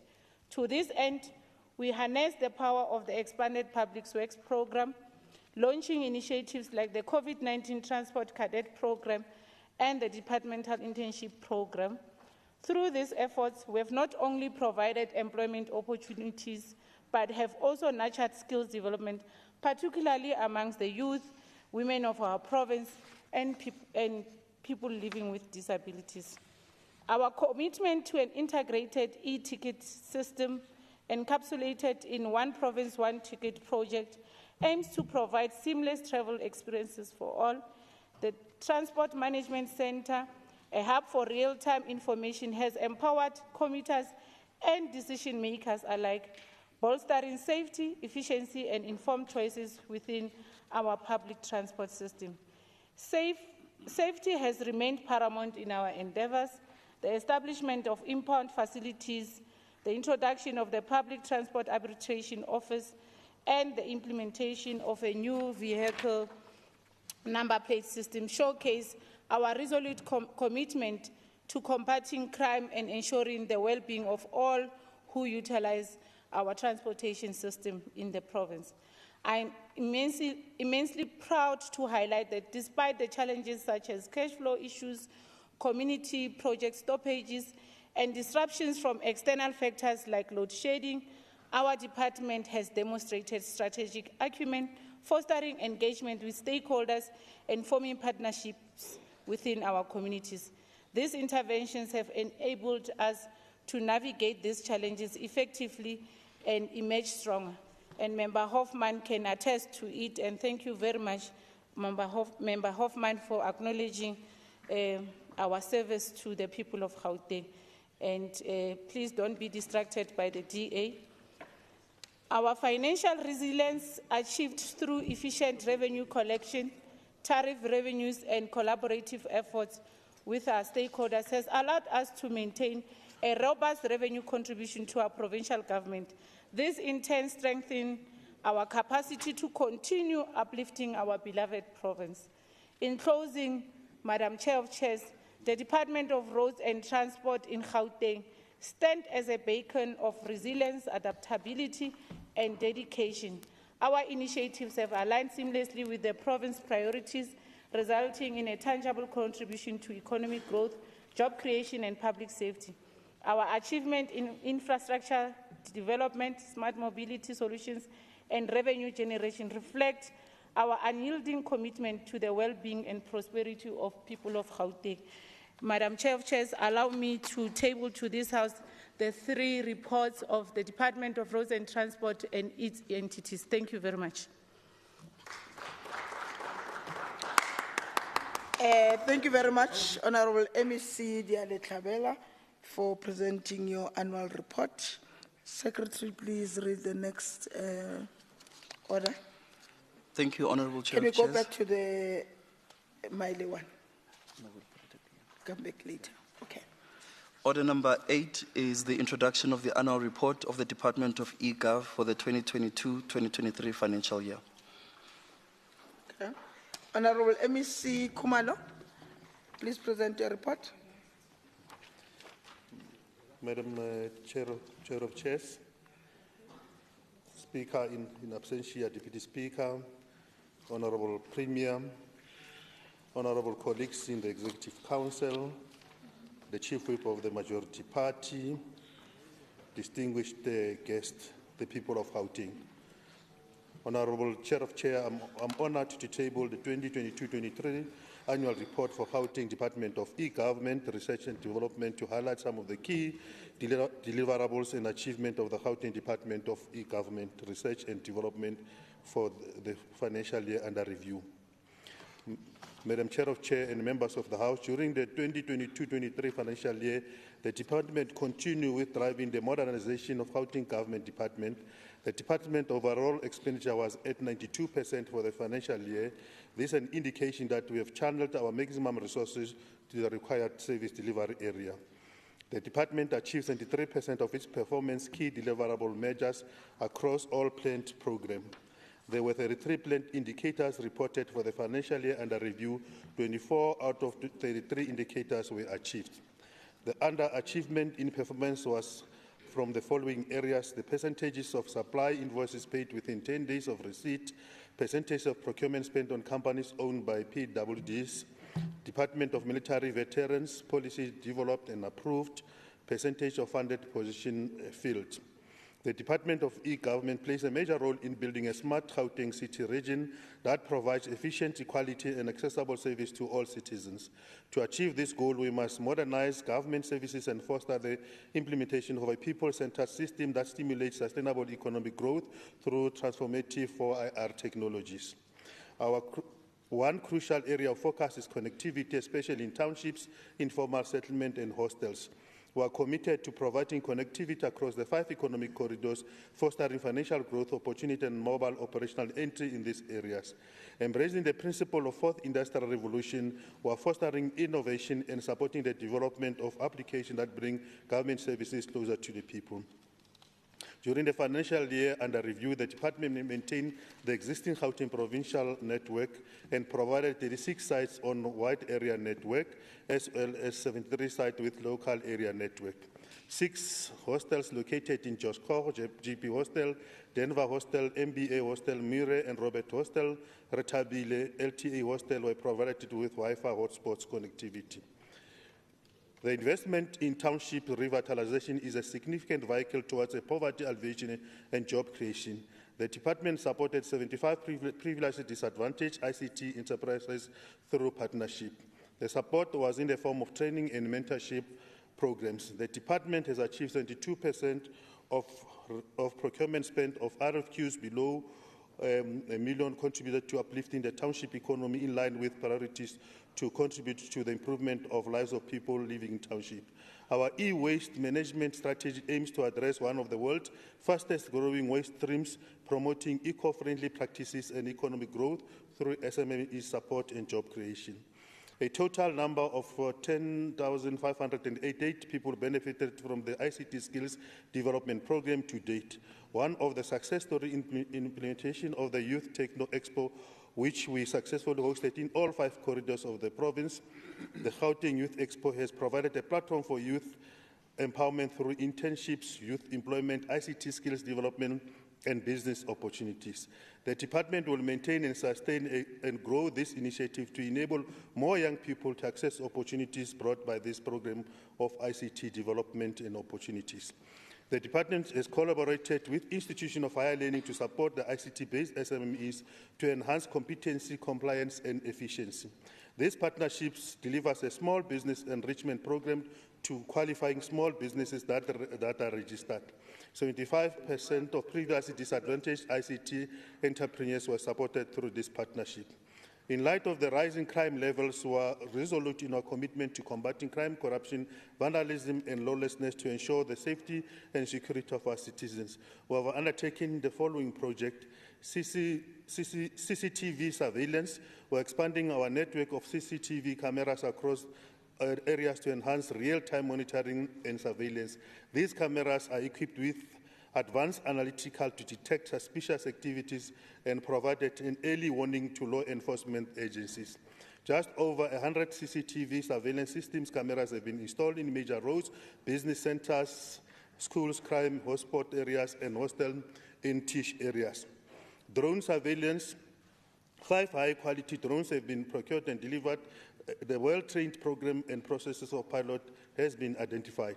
Drones are being deployed for aerial surveillance, especially in areas where conventional patrolling is challenging. These drones are equipped with high-resolution cameras and can cover over vast area quickly, aiding in crime prevention and responses. We are introducing e-panic buttons for personal safety.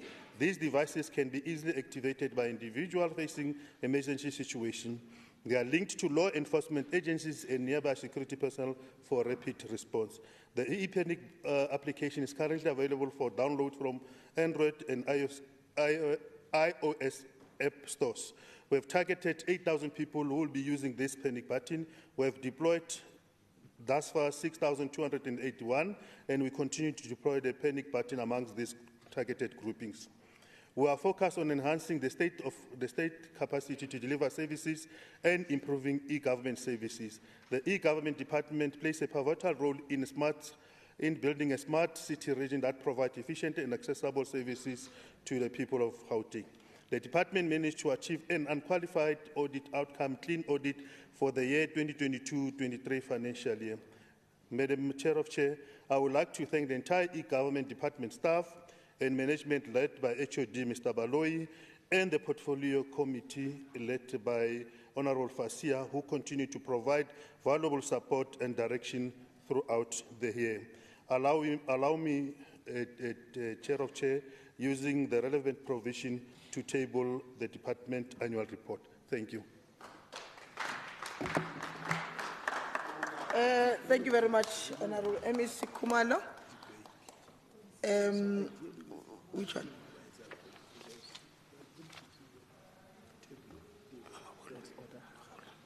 Yeah. Secretary, please read the next order.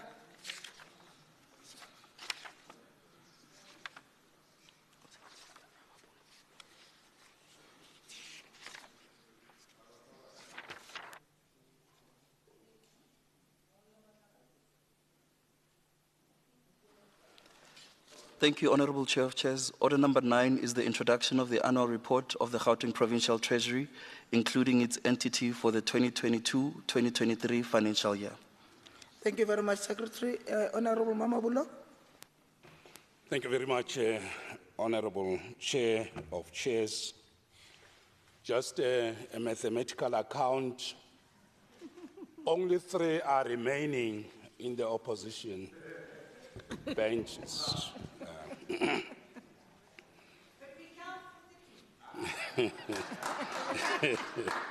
Only 3 are remaining. Honorable Speaker, our Honorable Premier, colleagues in the Executive Council, honorable members of this House, Honorable Chilitsi Munyai, the Chair of the Finance Portfolio Committee, Chair of SCOPA, that will this year exercise oversight friendly given our achievements on clean audits, all members in the House, and of course the residents of our province. It gives me a great pleasure to table the 2022-2023 annual report in this House as we demonstrate the progress that the Gauteng Provincial Treasury and of course all departments have made to ensure that we manage our finances in the most efficient and effective manner that promotes transparency, accountability, delivery of services, and of course, strengthening our democratic institutions. Allow me, honorable members, to also congratulate particularly Treasury for maintaining a clean audit outcome for the past 11 years. Let me also take this opportunity to report to the House that the Provincial Revenue Fund, which is a bank account that is managed by Provincial Treasury, that is where all the money sits and deposited, also achieved a clean audit in 2022-2023 financial year. This means that in addition to Provincial Treasury, the Provincial Revenue Fund achieved clean audits for 11 consecutive years. Now, this, honorable members, means the money of the province is sitting in a good space. You can be rest assured about that. The AG has confirmed that. In addition, honorable members, let me report that the Gauteng Infrastructure Financing Agency, GIFA, which is a government component of Provincial Treasury, also achieved a clean audit in 2022-2023 financial year. This means that GIFA has recorded a total of 8 consecutive clean audits. In other words, GIFA has achieved clean audits every year since it was established. This is excellent performance, and congratulations to GIFA. Honorable members, just to clarify, particularly the opposition benches, which may not understand what we are talking about, achieving a clean audit in the public sector means the following, and this is basic free education delivered to the opposition benches. It means achieving annual financial statements that are free from material misstatements. It means that there are no findings on the annual performance reports and that there are no material findings in compliance with key laws and regulations. We might need the Chief Whip to check if they've understood this so that we get value for money in the House.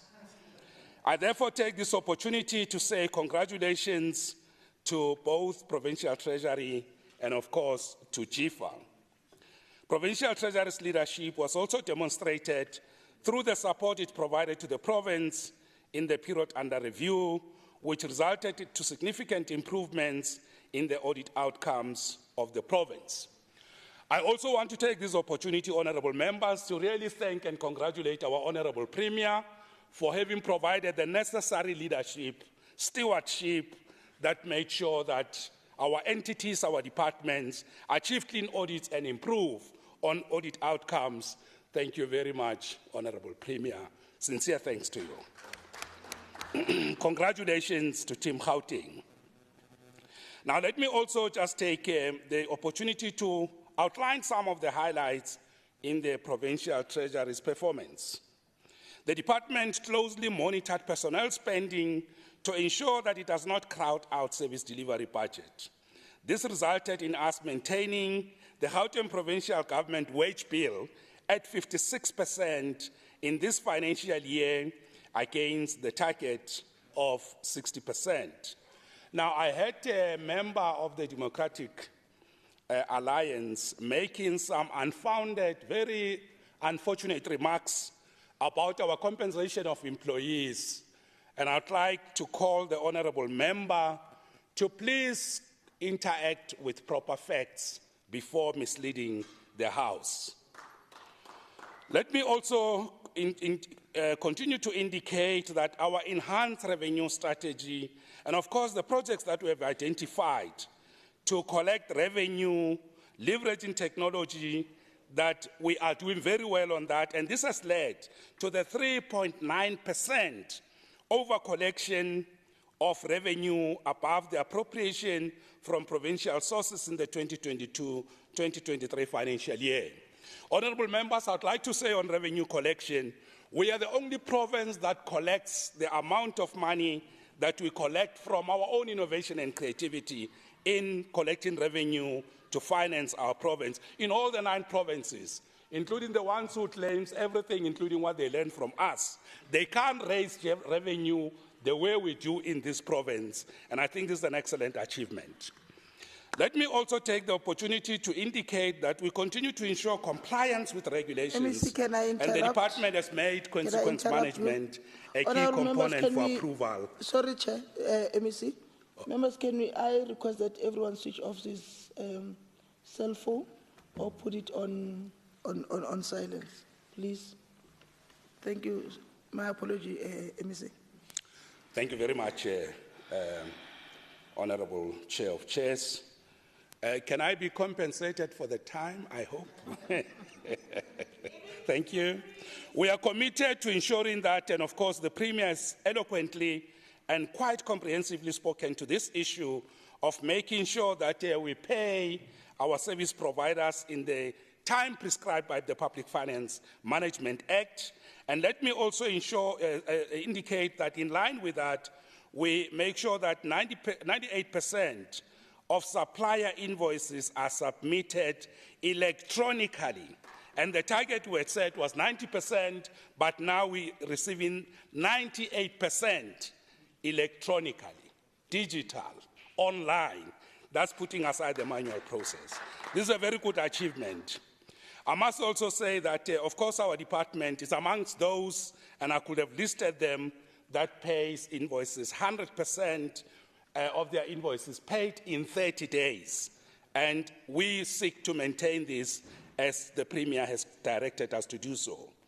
Now, let me also just wrap up by indicating that GIFA has spent 97% of its entire appropriated budget for its activities. There is no unauthorized expenditure or fruitless and wasteful expenditure incurred by GIFA in the year under review. Let me also indicate that GIFA sourced 5 projects for inclusion in the GIFA pipeline of projects, and these projects will support the elevated priorities of the provincial government led by our Honourable Premier. Let me also indicate, Honourable Members, that on the 20th of September, we will be approaching the Premier and members of the Executive Council to table the legal due diligence report for the state-owned bank and the state-owned pharmaceutical company, which we have completed. And of course, the Premier will then make an announcement on the type of bank we are going to establish in line with the options that have been given to us. And following that, we will then make sure that we prepare the business case in line with the decision that the Premier and Exco have made on the options that are given to us to establish the Provincial Bank of Gauteng provincial government. Let me also indicate that GIFA has achieved has made excellent progress in making sure that 1.5 billion was raised to build 18 new schools in the province. And I must say the tender for design and build was issued to the market in July 2023 and it closed in August 2023. We're working with the Department of Education and we're quite confident that the 18 new schools will be built in the partnership between GIFA and the Department of Education. I also want to indicate that GIFA has done an excellent job in completing the jewelry manufacturing precinct, and we are completing, phase 3, which is the super block office building, was completed, and it now houses several tenants. Honorable Chairs of Chairs, let me thank the HOD, Ms. Ngumisa Mnyani, and of course the CEO of GIFA, Mr. Opasiabi, and their staff for the hard work and dedication to improve public financial management in our province. In compliance with Section 40 of the Public Finance Management Act, Act 1 of 1999, as amended by Act 29 of 1999, I hereby table the annual reports of Gauteng Provincial Treasury and the Gauteng Infrastructure Financing Agency. Sincere thanks to you, Honorable Chair of Chairs, for your indulgence. Thank you. Thank you, honorable members. Thank you very much, Honorable MEC. Secretary, please read the next order. Thank you, Honorable Chair of Chairs. Order number 11 is the introduction of the annual report of the Department of Cooperative Governance and Traditional Affairs for the 2022-2023 financial year. Thank you very much, Honorable Member. Honorable MEC Kumalo, please present your report, sir. Honorable Chair of Chairs, Deputy Speaker, Honorable Speaker, Honorable Premier, members of the Executive Council, the Chief Whip of the Majority Party, members of the House, distinguished guests, the people of Gauteng.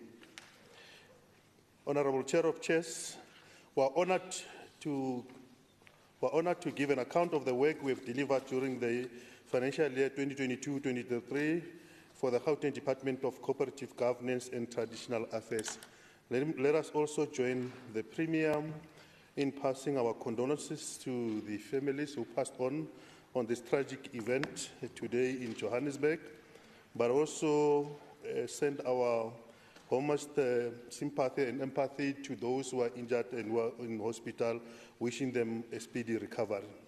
We are tabling this annual report embodied by the upward trajectory in attainment of positive audit outcome by the department.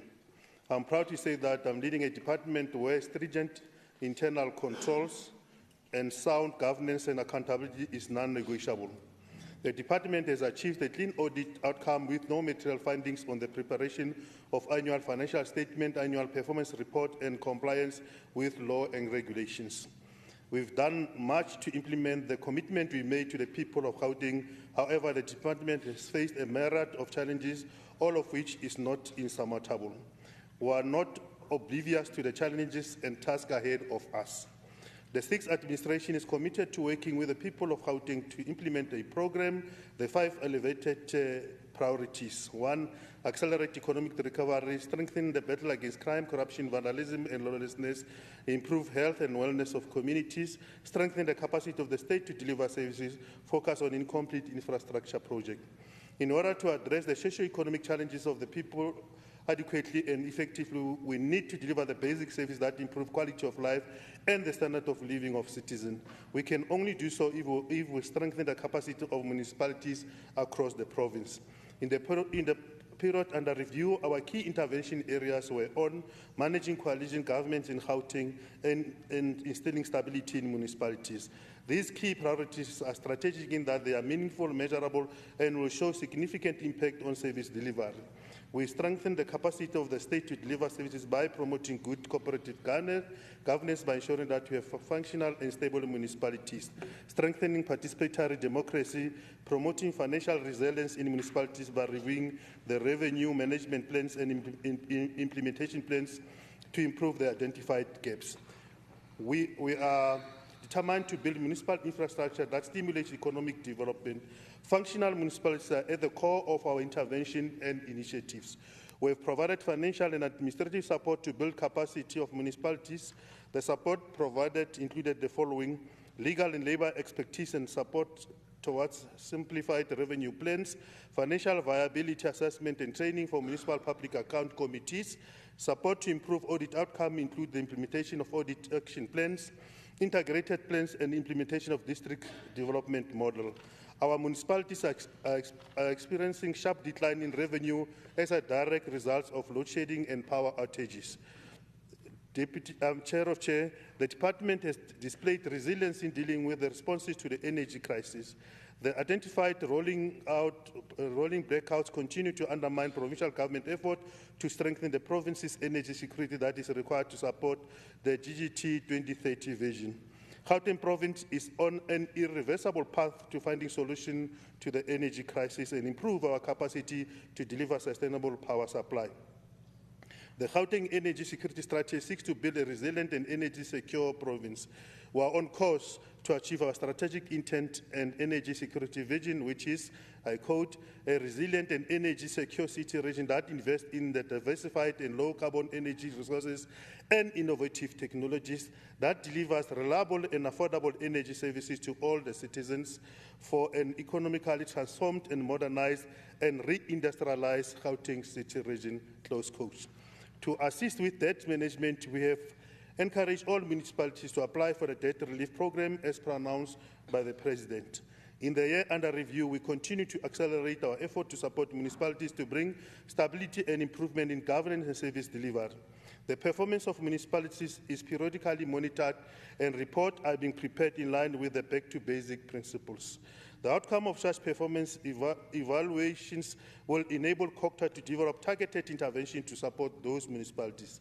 Each intervention is unique based on the circumstances of that particular municipality. Working with the Gauteng Provincial Treasury, we are strengthening our collaboration effort with SALGA and Auditor General to improve audit outcomes of municipalities. As a custodian of local government and service delivery, we are ensuring that municipalities discharge their constitutional mandate and responsibilities efficiently and effectively. We have commenced with legislative review on the management of coalition governments and instilling stability in municipalities. Cultural heritage form an integral part of our social fiber and must be preserved. COCTA continues to support the two institutions of traditional leadership in the province. Great strides have already been made in the implementation of policies, norm standard systems, regulatory framework, and the scope of traditional affairs. And we are proud to pronounce that the hearings on the traditional leadership have already started. We have reviewed our disaster management strategy to support and coordinate disaster management in the province. The Province Disaster Management Center is responsible for coordination and management of disasters in the province. It serves as a primary function unit for disaster management in the province. Our province experienced disruptive rainfall during December 2022 and again in February 2023. The impact of the flood resulted in infrastructure damages to private property, loss of lives, and notably expansion of sinkhole, especially in dramatic areas such as the West Rand. We've made progress to deal with the sinkhole disaster in Mirafong. The approach is aimed at implementing sustainable risk management strategies and further ensuring an integrated approach to the challenges posed by sinkholes. We have established a permanent emergency disaster site in Mirafong local municipality. The emergency site will not only respond to sinkholes matters but address other service delivery challenges within the area.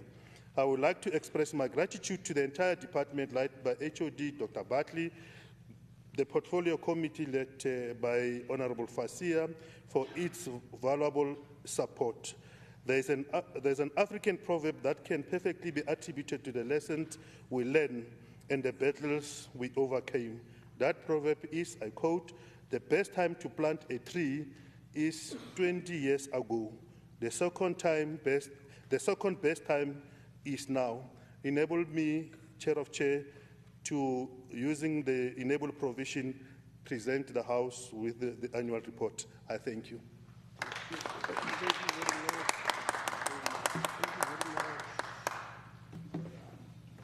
No, thank you very much, Honorable Kumalo. We'll now call the next order, and Honorable Maile, we will deal with two orders. The earlier one that you missed when you were not here, and order number, is it number 12? Yeah, you'll deal with order number 6 and 12. But Secretary, please read the next order, starting with number 6. Thank you, Chair of Chairs. Introduction of the annual report of the Department of Infrastructure Development and its entity for the financial year 2022-2023. Thank you very much, Honorable Chair of Chairs, the Honorable Premier, the colleagues, the Executive Council, Honorable members, ladies and gentlemen, members of the media, if there's any. For the year under review, the Department of Infrastructure has successfully completed several key facilities in the form of new buildings, refurbishments, renovation, conditional assessments, and electromechanical work for social infrastructure projects. New buildings are as follows: Mapenane Secondary School, completed and handed over; the Sebukeng Zone 17 Clinic, Fine Town Clinic, and Mandisa Shiteka Clinic; refurbishment of the Lion School, Verde Park, Lion School, Wonderboom, Sate and Transor Ranger LSEN. Conditional assessments were concluded at Hillbrow Community Health Center and Pretoria Pathology Services, Jamestown Forensic Pathology Services, SG Lawrence Nursing Clinic, Harankua Nursing College, Harankua Forensic Pathology Services, Goba Clinic and Winnie Mandela Clinic, and electromechanical projects were completed at Johannesburg Laundry, Dansworth Laundry, Steve Biko Academic Hospital, Tshwane District Pharmacy, and Pidisong Clinic and Petagoa Hospital. In total, during the 2022-2023 financial year, the department has completed 14 infrastructure projects on behalf of the client departments within the Gauteng City region. We completed 80 maintenance projects on behalf of the Department of Health, whilst on behalf of other departments, we managed to complete a total of 52 maintenance projects against a target of 47. We managed to verify over 8,000 assets in the immovable asset register and released properties for socio-economic infrastructure development. During the year under review, as part of economic transformation, our performance on the percentage of budget spent on township enterprises against identified commodities was 29.7%, which is above the 7.19% of the previous financial year. During the 2022-23 financial year, the department managed to create a total of 80,528 work opportunities through GPG departments and municipalities, whilst 1,909 beneficiaries were successfully trained. The department started putting together the vacant land and facilities management program, where vacant sites and properties owned by the provincial government will be maintained through utilizing the surrounding communities as labor, creating much needed opportunities. The program will be implemented as part of the expanded public works program. We embarked on the implementation of a commercialization and optimization strategy to identify revenue generating, space optimization, and cost reduction strategies for properties. The department will also continue to identify and evaluate the provincial properties and prioritize the most valuable assets within the highest potential for repurposing, with the highest potential for repurposing and development, as well as leasing out to township SMMEs and black businesses for economic development purposes. With these few areas highlighted, we'd like to table the 2022-23 annual report for the Gauteng Department of Infrastructure, but also indicate that it is sustaining its unqualified audit. Thank you very much, Chair of Chairs. Thank you very much, Honorable Maile. Secretary, please read the next report item. Thank you, Chair of Chairs. Introduction of the annual report of the Department of Human Settlements, including its entities for the financial year 2022-2023.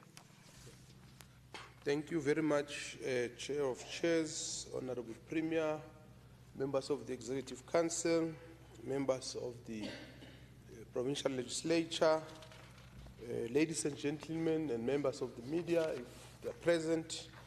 The Department of Human Settlement has been working tirelessly to improve its performance, implementing the turnaround strategy that we have developed after being given the responsibility of providing political oversight since 2019 elections, putting in place measures that ensures that we can track performance against targets, whilst also automating systems and processes in order to improve efficiency. One of the areas that we focused on when taking over responsibility for the department in 2019 was on improving the audit outcomes of the department, which has been problematic for many years before that. We promised to systematically improve the audit outcomes of the department with a multi-year strategy, which has finally borne fruit during the year under review as the department finally, and this member Sirota, you will remember when we told you about our turnaround strategy and you were doubtful that is working.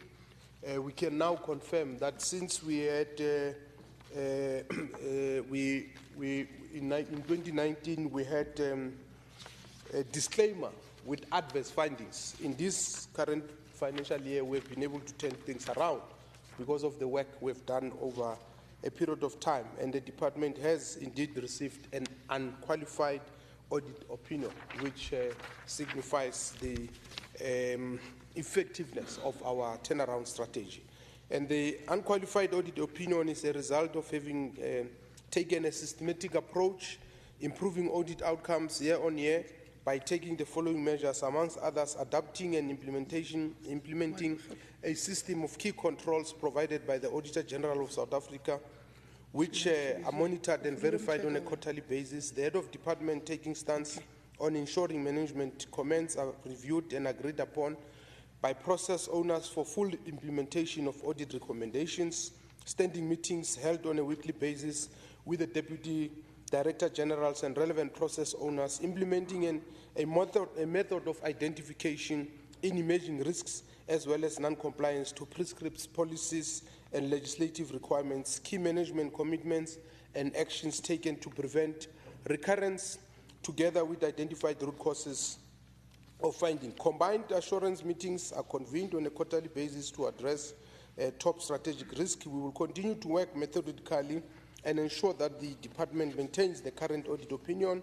One of the crucial exercises that the department is under is to build internal capacity in order to improve department's performance. In light of this, during the year under review, we completed the new organizational structure of the department so as to better position ourselves to deal with the challenges that we have been facing previously.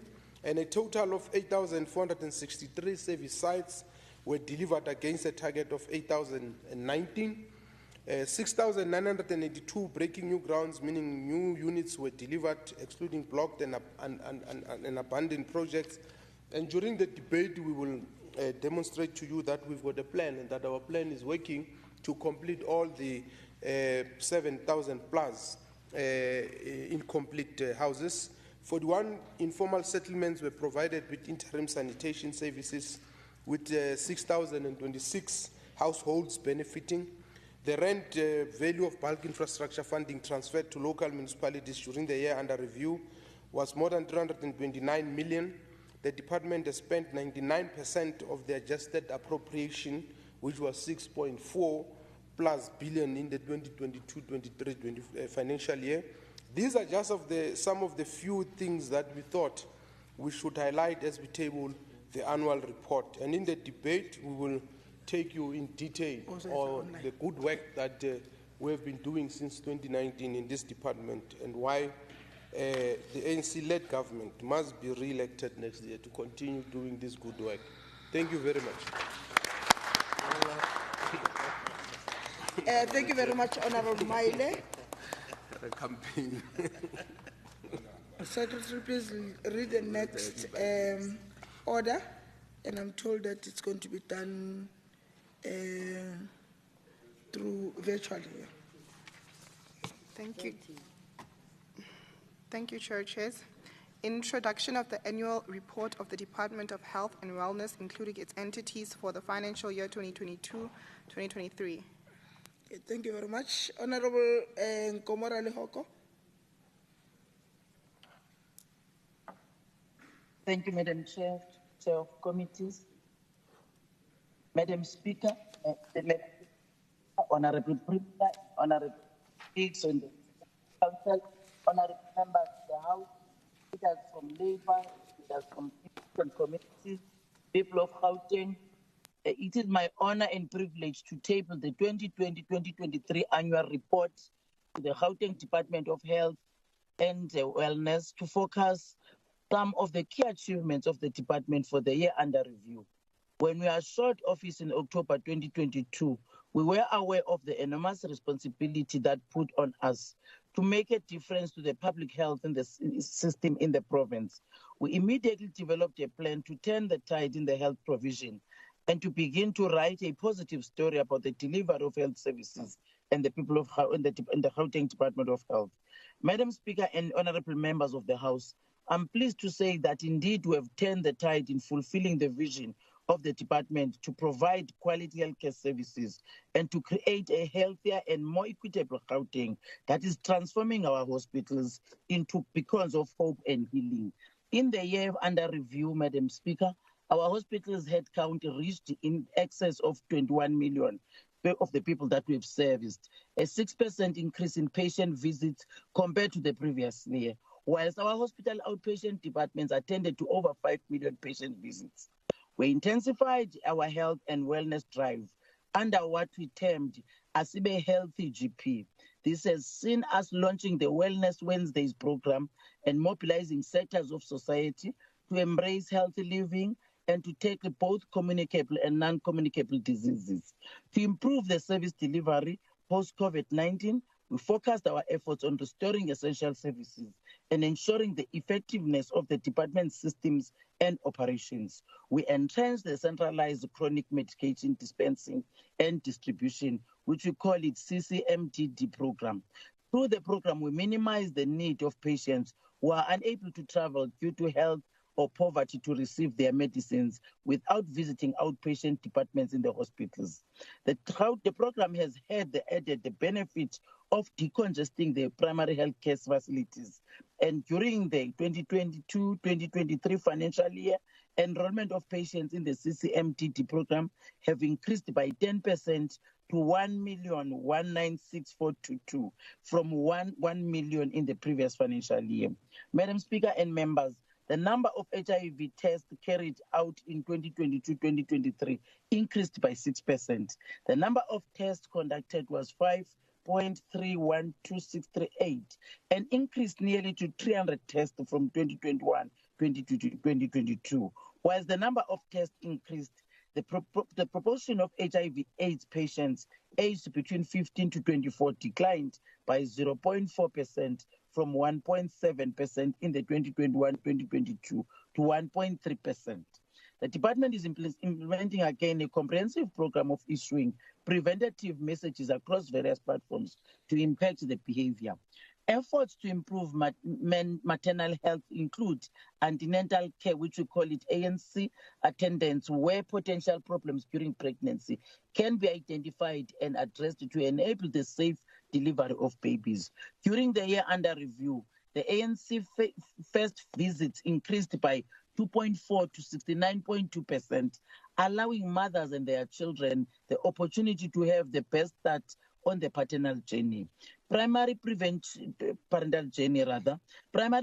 is a primary part of one of the department, and we continue to screen clients for both diabetes and hypertension.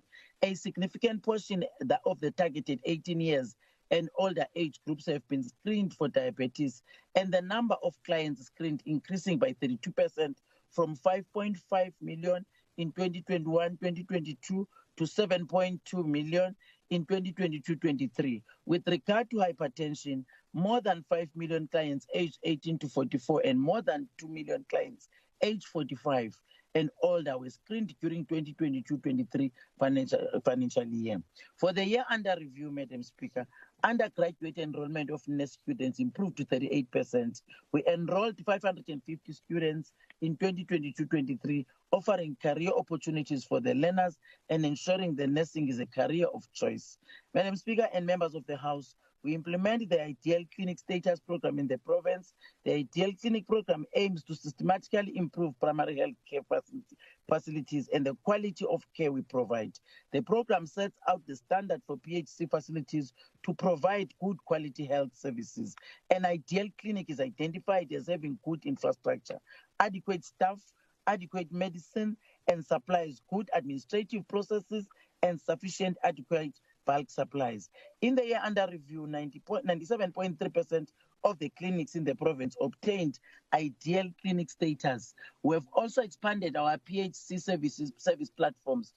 2 additional clinics, which is Enedale Extension 8 and Lenasia Extension 5, started providing 24-hour emergency services, bringing the number of CHCs operating 24 hours to 38. We are proud that despite slow progress in the implementation of infrastructure projects, Sebokeng Zone 17 Clinic was opened in March 2023 and is now functional.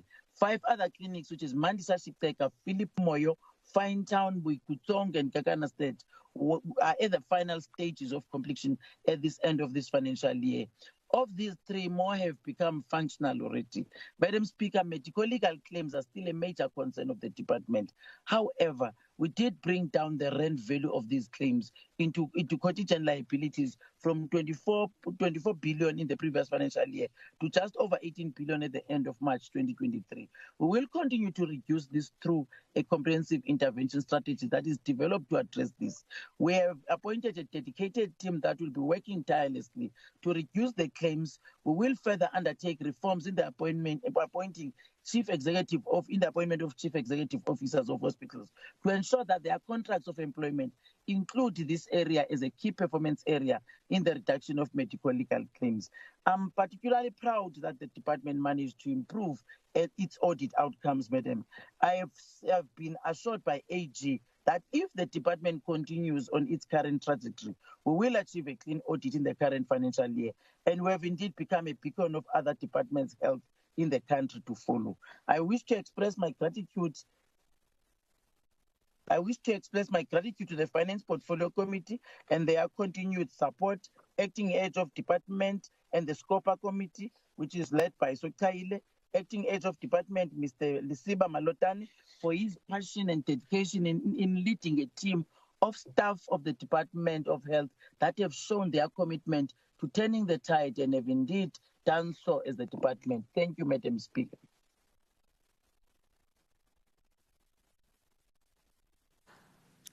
Thank you very much, MEC. We now move to the next order. Secretary, please call the next order. Thank you, Chair of Chairs.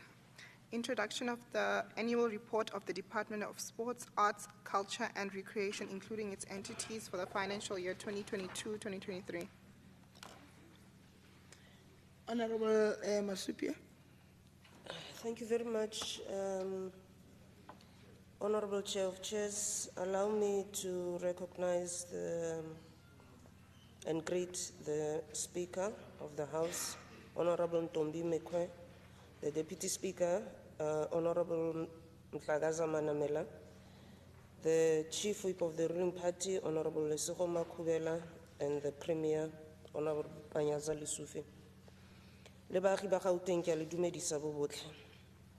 I stand before you today with a sense of pride and responsibility as I table the annual report of the Gauteng Department of Sports, Arts, Culture and Recreation for the current year, for the year in review, sorry. This report encapsulates our department's endeavors, achievements, challenges and plans in the pursuit of promoting the vibrant tapestry of sports, arts, culture and recreation that enriches the lives of our constituents across Gauteng. This annual report is not just a compilation of facts and figures. It's a testament to the commitment and hard work of our dedicated team, our partners and our stakeholders who contribute to the flourishing landscape of our cultural and recreational heritage. In the past year, we have witnessed remarkable strides in fostering a culture of active participation in this environment.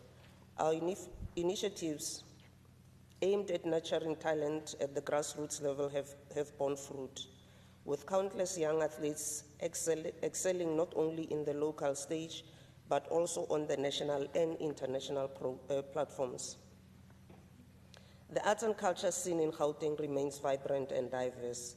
Through a range of exhibitions, performances, and cultural events, we've celebrated our unique heritage while fostering creativity and innovation.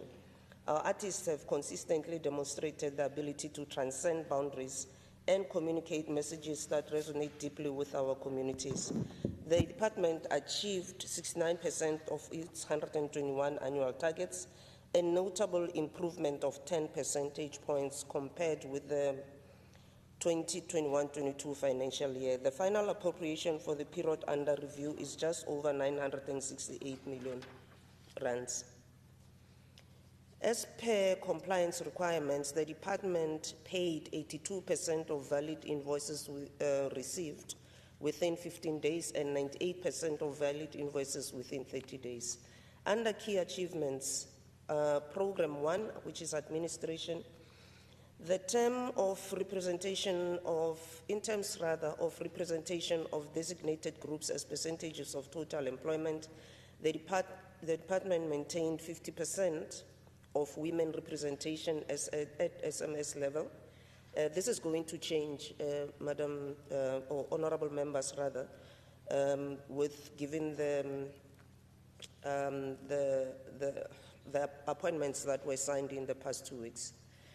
We're at SMS level, that is, and then we're at 69% of goods and services which were procured from township businesses, and 25 staff training sessions were conducted to improve performance. We continue to insource our security and cleaners in the employment of sports, arts, culture, and recreation. These men and women have been permanently employed in the department following a decision to insource our cleaners and security and pay them a decent living wage, with all benefits that come with being in full-time employment. Under Program 2, which is Cultural Affairs, during the year under review, arts and culture programs created 4,464 temporary jobs through mass participation programs and just over 3,000 job opportunities through heritage programs. This is for national and significant days. The Basitsana script writing, film making, and directing workshops were provided to train women with while creating and mentoring their skills through capacity building programs. I'm pleased to announce that this year, this skills development program is now accredited. The department successfully supported 438 non-fee paying schools to participate in arts and culture integrated programs by launching the Wednesday League in partnership with the Gauteng Department of Education. Under Program 3, which is Library Information and Archival Services, just over 195 million rands was transferred to the 9 Gauteng city region municipalities for implementation and maintenance of the province's community library services. The department established reading corners in 21 clinics and 15 clinics provided with mobile book trolleys and recreational books. Mzansi Libraries Online provided 30 libraries with Xboxes and screens for gaming and creating interactive and vibrant library spaces. Desk tablets and tablet stands were purchased and distributed to provide spaces for safe and secure use of tablets by library users. And Program 4, which is Sports and Recreation, in identifying, developing, and nurturing sporting talent, we provided various opportunities to enable athletes and officials to compete at regional, provincial, national, and international levels through the Academy program, the OR Tambo Sonchini Social Cohesion Games, and the Water Safety program. The department provided hubs, clubs, and schools with equipment and attire in line with the norms and standards. Based on requests from within communities, 14 Kasi gyms were provided with equipment to enable them to perform optimally so that gym users have access to a wide range of equipment. Under the audit opinion and audit improvement plans, challenges have not been absent from the journey. We have encountered hurdles that have tested our resilience, particularly in the face of achieving a clean audit. The department has maintained an unqualified audit opinion for the 2022-23 financial year, and our entity, the GFC, achieved a clean audit outcome. We have completed the process for the development of the post-audit implementation plan, which will address the key areas which prevent the department to achieve the clean audit opinion. These challenges, though demanding, have fueled our determination to find solutions and adapt our strategies. When delivering the 2023-24 budget speech to this House, I committed that this coming few months, we will be stabilizing our senior management team at the top with the appointment of senior managers. And I'm pleased to announce to this House today that we have in place now appointed on a full-time basis Mele Rato Sempo as our new Chief Risk Officers, Mr. Lekhaonolo Mokoena as the CFO, Mr. Masombuko as the Deputy Director of Supply Chain, and Mayor Dikopo will also be joining this team very soon. We have also appointed 5 buyers, so basically supply chain has been stabilized. Furthermore, I have appointed an independent chairperson of the Risk Management Committee for the first time in the history of this department to assist with the governance processes and oversight as required. As a result of these efforts, I'm proud that this department has produced annual financial statements which are free from material misstatements. Looking forward, we are steadfast in our commitment to amplify our efforts. Our strategic initiatives for the coming year encompass working with the Gauteng Audit Services. We will continue to track the progress made in resolving the findings throughout the financial year. We will focus on the following to improve our performance and gear towards a clean audit: training the supply chain officials, finalizing the procurement of panels and tenders. We've made progress in this regard. Supply chain, I've already spoken to, it's stable now. We'll also conduct quarterly review on performance against targets, appoint an external independent audit firm to investigate prior irregular expenditure with an intention of solving problems here, because the area is a bit too red for our comfort. We'll also fill in critical and funded posts on the approved structure. In this particular sense, I just want to tell the Premier in his absentia that Nasi Spani Yaspanas, Premier, Yaspana. So just continue with it. Yaspana. In conclusion, I'm grateful and unwavering support of the acting HOD, Mr. China Machinini, and his senior management team, our staff in the department, the portfolio committee, on sports, recreation, arts and culture, chairperson, Honorable Tulani Glove. This portfolio committee, I appreciate you, I salute you. The esteemed members of the Provincial Legislature, fellow MECs, our partners and stakeholders, most importantly, our Premier for his leadership and guidance, as well as our citizens of Gauteng. Your enthusiasm and feedback has been instrumental in shaping our actions and policies. Therefore, I present this annual report with optimism and a deep sense of responsibility. I trust that its contents reflect the dedication and sincerity with which we approach our roles in fostering a Gauteng that is rich in sports, arts, culture, and recreation. Let us work together to build a future where the transformative power of these elements enriches the lives of every individual across our province as the home of champions and destination of choice for major events.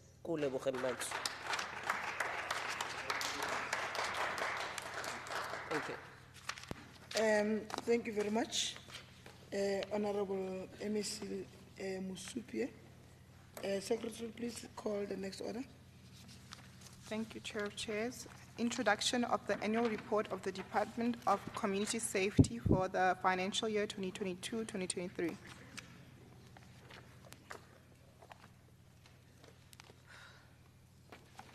Thank you very much. Honorable Mazibugo, please present your report, ma'am.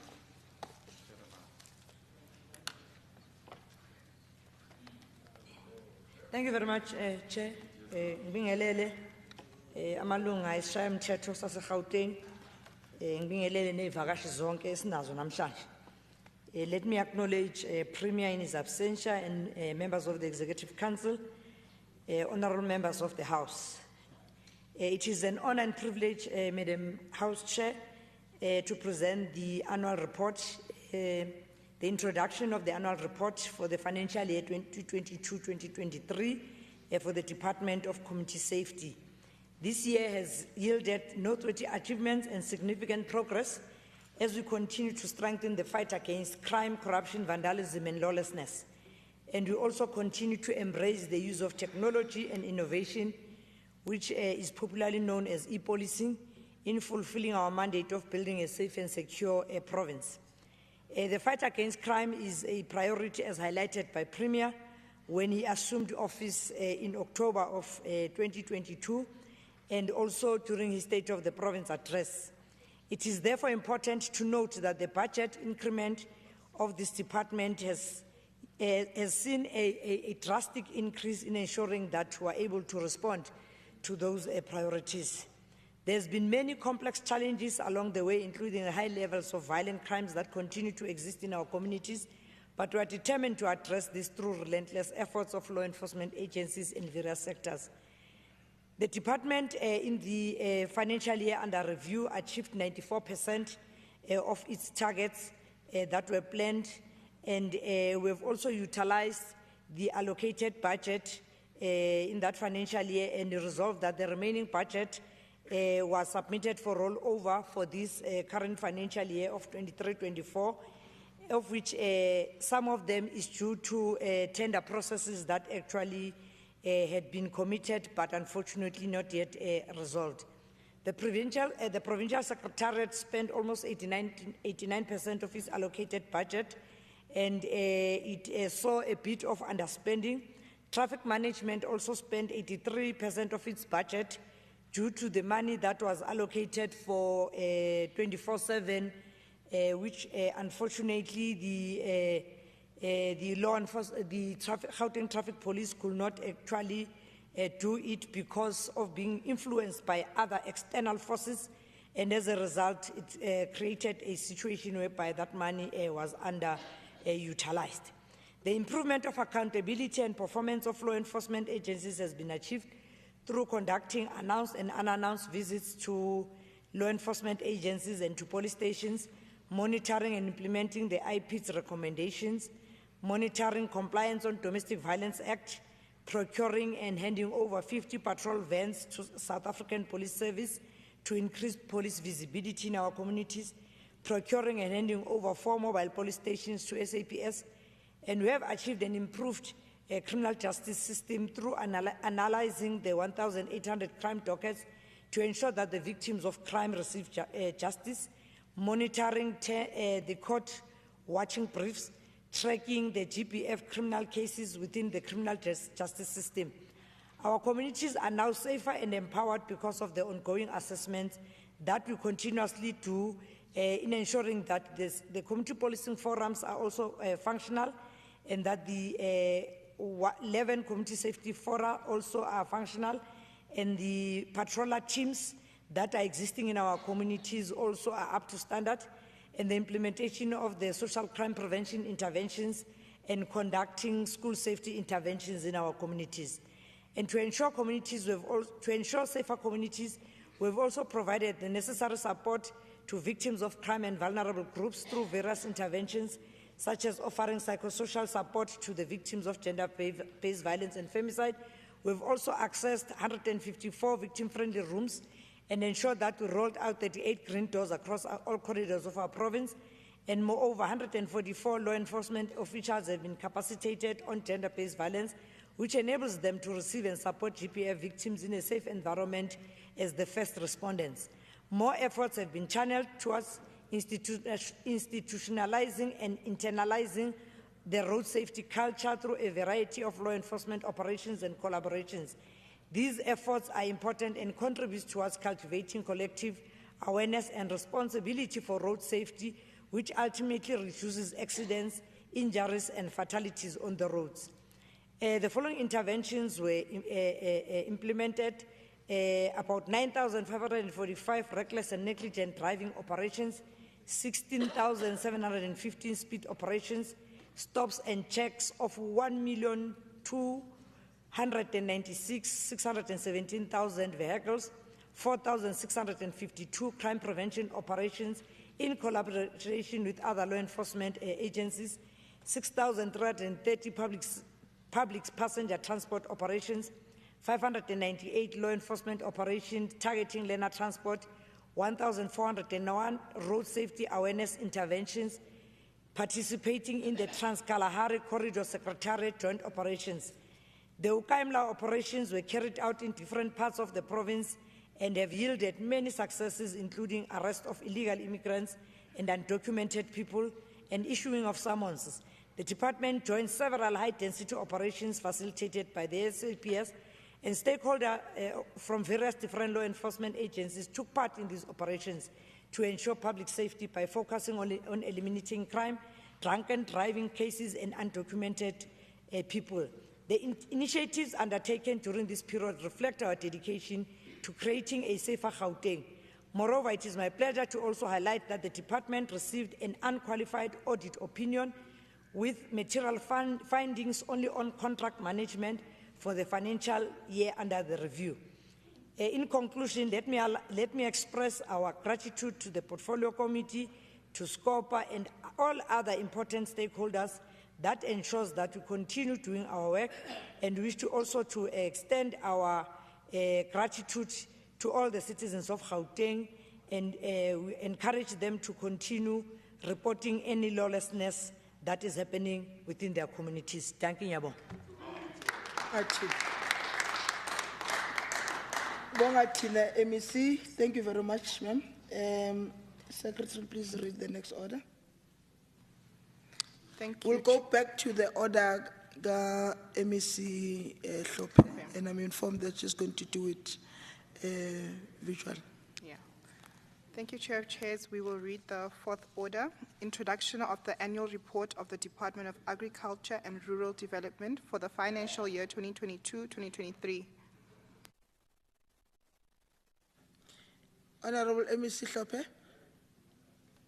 Ngiyabonga, Madam Speaker, Honorable Premier in his absence, colleagues of the Executive, Honorable members of the House, our HODs and management of the Department of Agriculture, Rural Development and Environment, ladies and gentlemen. On this occasion of the tabling of the annual report of the Department of Agriculture, Rural Development and Environment, I am honored to take the opportunity to share with the House several highlights of our performance as it pertains to the financial year 2020-2023.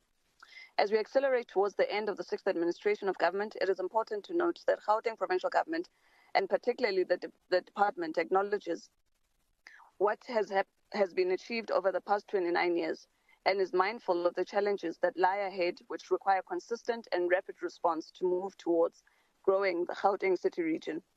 To this end, and within the context of the GGT 2030, the department focused on the following priorities that have been elevated and accelerated for implementation.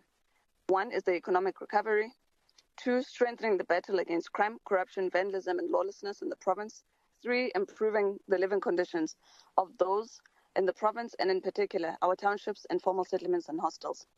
In alignment to the Premier's elevated priorities, GDA during the financial year under review focused on various interventions in our teach communities.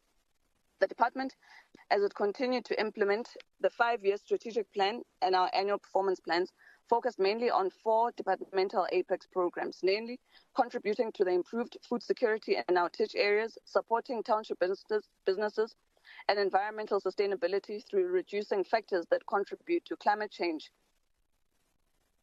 In the financial year, the department was faced with various challenges which had a negative effect on the department's ability to optimally deliver on its commitments.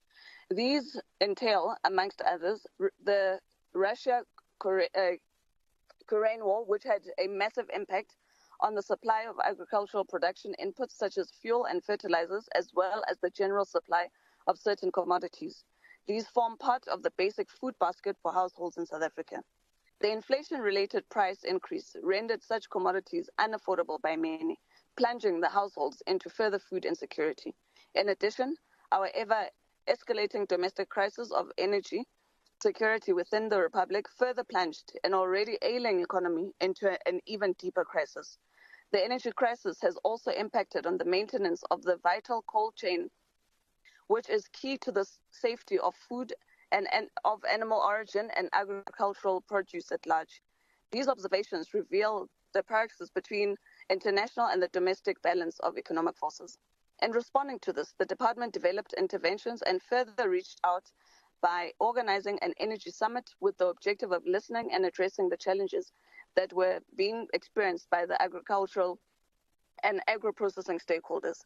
The summit assisted the department in formulating a response plan and further creating awareness of the available instruments, including the solar rebates, the agro-energy fund, as well as other localized interventions such as solar water pumps and generators at enterprise level that the department has put forward to assist the sector during these challenging times of the energy crisis.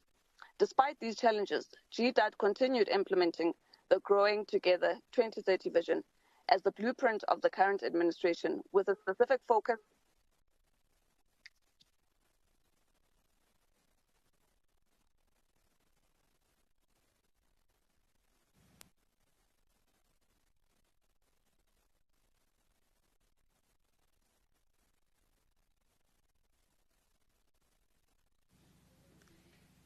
MEC? Can you hear me? No. Okay, I'm not sure. I'll continue from where I was. No, there's part of your report you couldn't hear, but we can hear you now. Okay, thank you. In responding to this, the department developed interventions and further reached out by organizing an energy summit.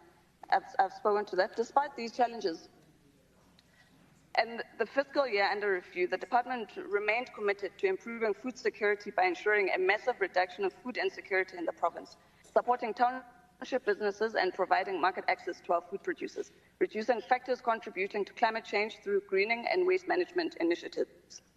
In response to key priorities, the department focused on interventions on the 5 value chains of livestock, grains, poultry, vegetables, and piggery to ensure access to markets and finance. These interventions are premised on pursuing the strategic partnerships with industry towards realizing the objectives of commercializing smallholder farmers and agro-processors. Our goal remains achieving sustainable and inclusive agro-food chains which contribute to food security, increase contribution to the economy, and foster new opportunities for young and future food producers. Madam Speaker, the following are the key highlights as achieved.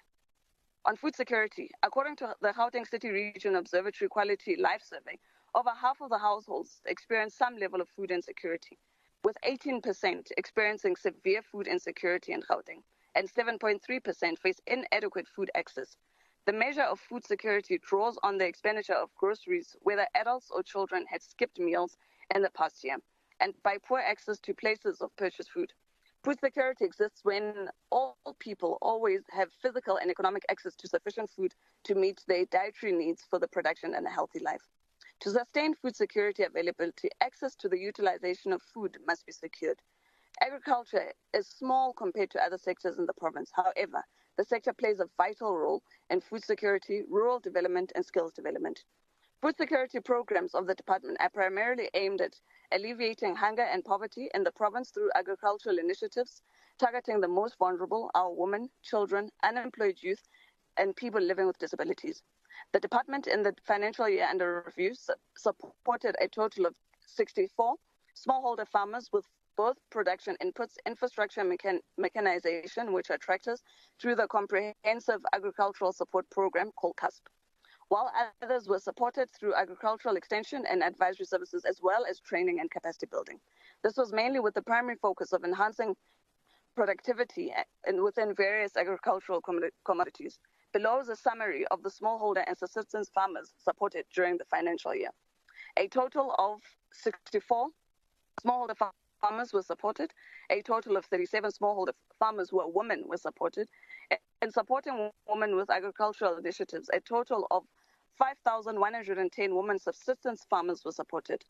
Further, a total of 7,848 subsistence producers were supported, and a total of 3,348 hectares of land were put under production.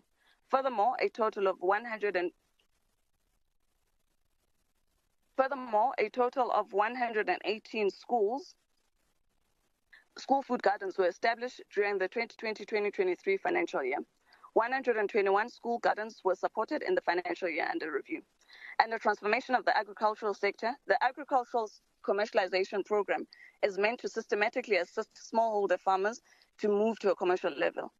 The implementation of the comprehensive agriculture and agro-processing intervention plan has been aligned to the new priority areas, which focus on townships, informal settlements, and hostels. The department has supported agro-processors in the priority value chains of horticulture, grains, poultry, piggery, and livestock. And support includes provision of equipment, machinery, mobile abattoirs, and meat value chain, as well as agro-logistics. A summary of the achievements is as below. The department supported the identified smallholder farmers with production inputs, infrastructure through the DBSA, as well as as our implementing agent, training and capacity building, the provision of agriculture extension and advisory services, business development, and to the effect of a total of 13 smallholder farmers were supported towards commercialization level. The family market days that GDAD embarked upon have proven to be a great initiative to introduce and innovate and provide innovative products such as your baobab, candies and drinks, and various other products that our farmers display and show to the public. We look forward to engaging big enterprises to become part of these activities so that they can explore and exploit these opportunities and identify suppliers from hardworking small and medium enterprises with a need to break through and demonstrate their developed skills for success. These family market days have also played a critical role in strengthening the family unit and bringing about social cohesion. The agricultural economic formation responses provided to farmers resulted in the department supporting 408 farmers with various agricultural production, economic and technical advisory services to make informed decisions on their farms and to produce in the form of family market days, awareness workshops, and on safety, study groups, and the development on business plans. The department in this regard supported 193 agro-businesses. The partnership with National Department of Agriculture, Land Reform and Rural Development resulted in 110 agro-businesses supported with marketing services. The department further supported 18 agro-businesses with good agricultural practice and accreditation to the partnership with the Perishable Product Export Control Board. Through the agro-logistics program, 12 agro-processors were commercialized and 2 township agro-processing facilities were established.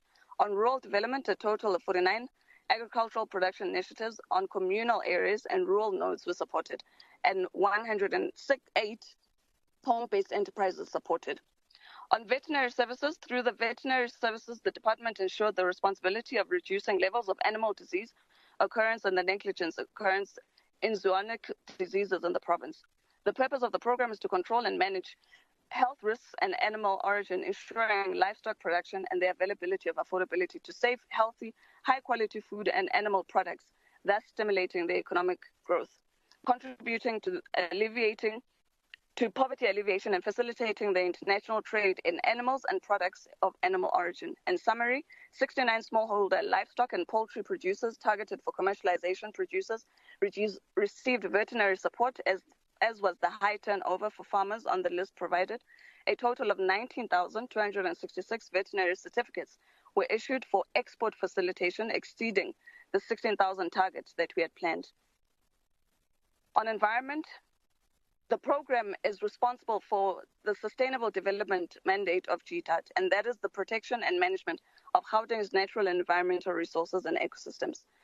Achievements to date entail the finalization of the GRC Climate Change Implementation Plan.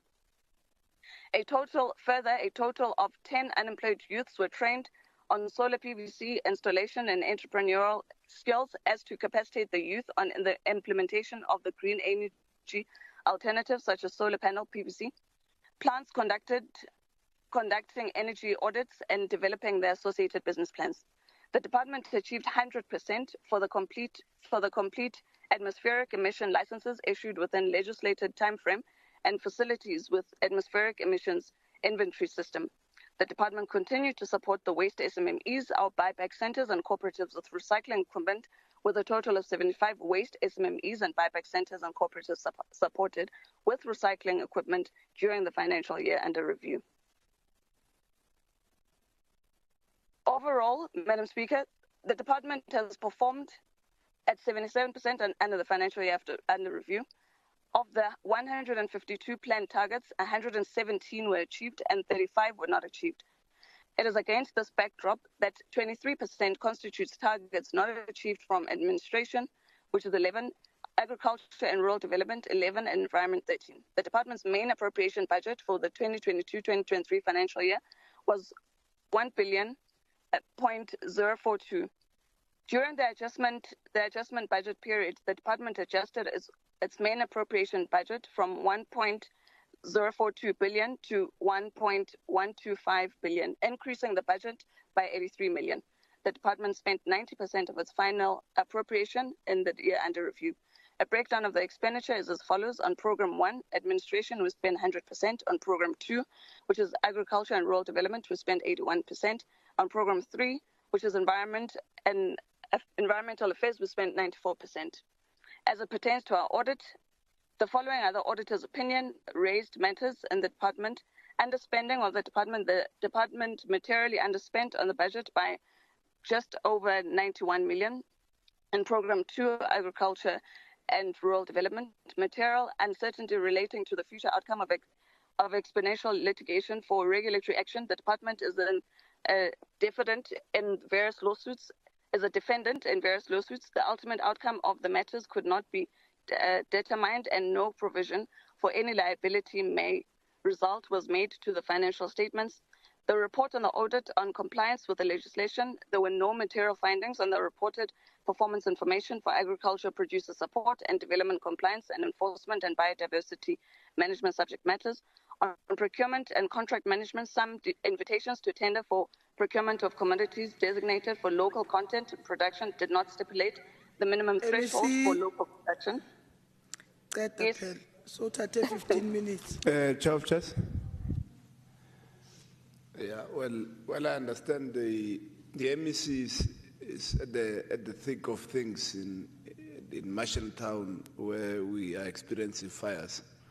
But I think there might have been a challenge because the report that she was presenting relates to agriculture, whereas what's on the order paper is social development. I do not know whether in terms of recording purposes, because the report has already been read out, if we can be able to clarify its agriculture, because the two are separate. MEC Kumalo presented for both, but at separate times. So I thought we should note that. Thank you very much.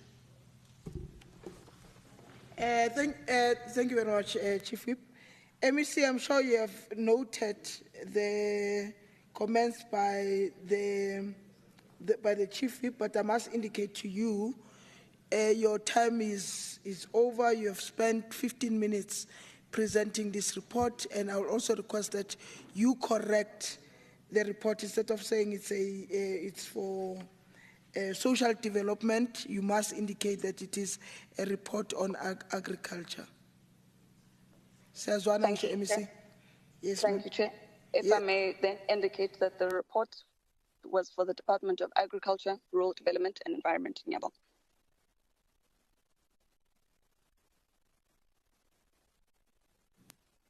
Order paper indicates it's actually social development, ma'am. Okay, ma'am, can you then wrap up? We'll actually correct the order paper, ma'am. Thank you, Chair. That was to bring to the finalization of the report and to indicate that what we have presented is the annual report for the Department of Agriculture, Rural Development and Environment, Nyabo.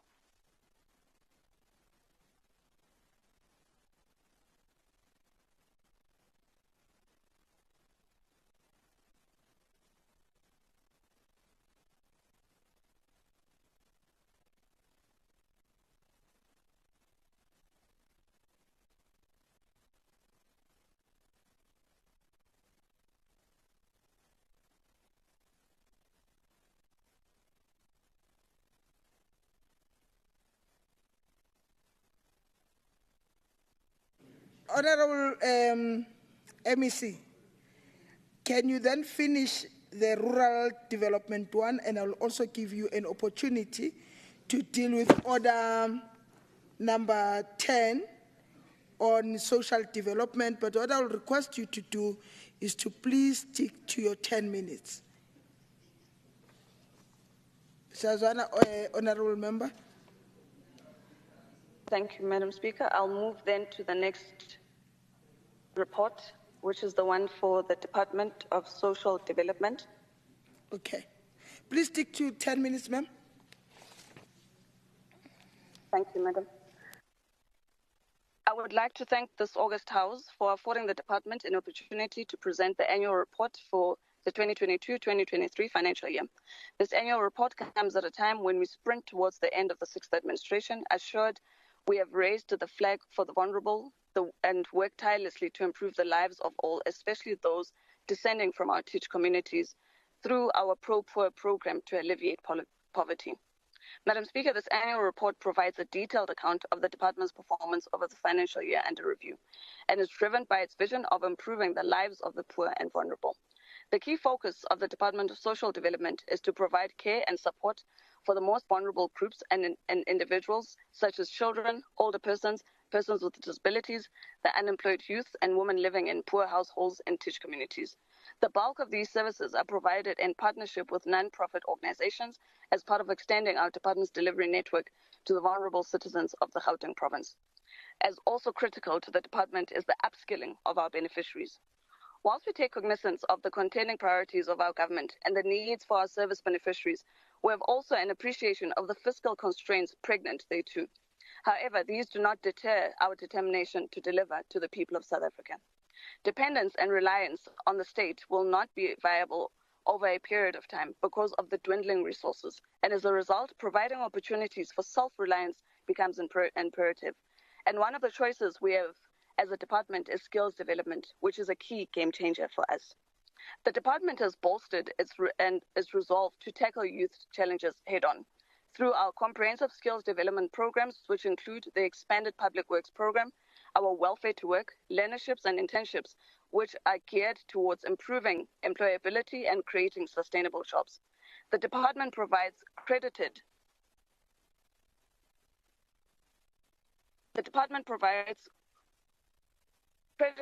programs training partnership with training partners and has expanded some of such with the State of Trade Test Center and Shulumbeni Center for Excellence for the Youth in Gauteng. Our focus will further be on absorbing beneficiaries on child support, linking recovered addicts and victims of gender-based violence, as well as the homeless people. Since 2019 to date, 810 beneficiaries participated in skills development programs, which benefited women, youth, persons with disabilities. An additional 292 beneficiaries will participate in the 2023-2024 financial year. On economic empowerment, the department also intensified its preferential procurement spend, particularly in townships, and its main beneficiaries were historically disadvantaged individuals, women, youth, and persons with disabilities.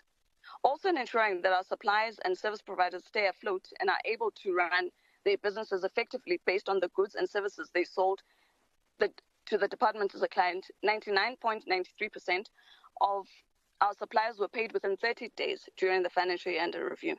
Madam Speaker, one of the key programs is to fight hunger within our urban vicinity and ensure food security. A significant number of households in the province are experiencing food insecurity. The pillars of the department's interventions include the war on poverty and a range of food relief initiatives.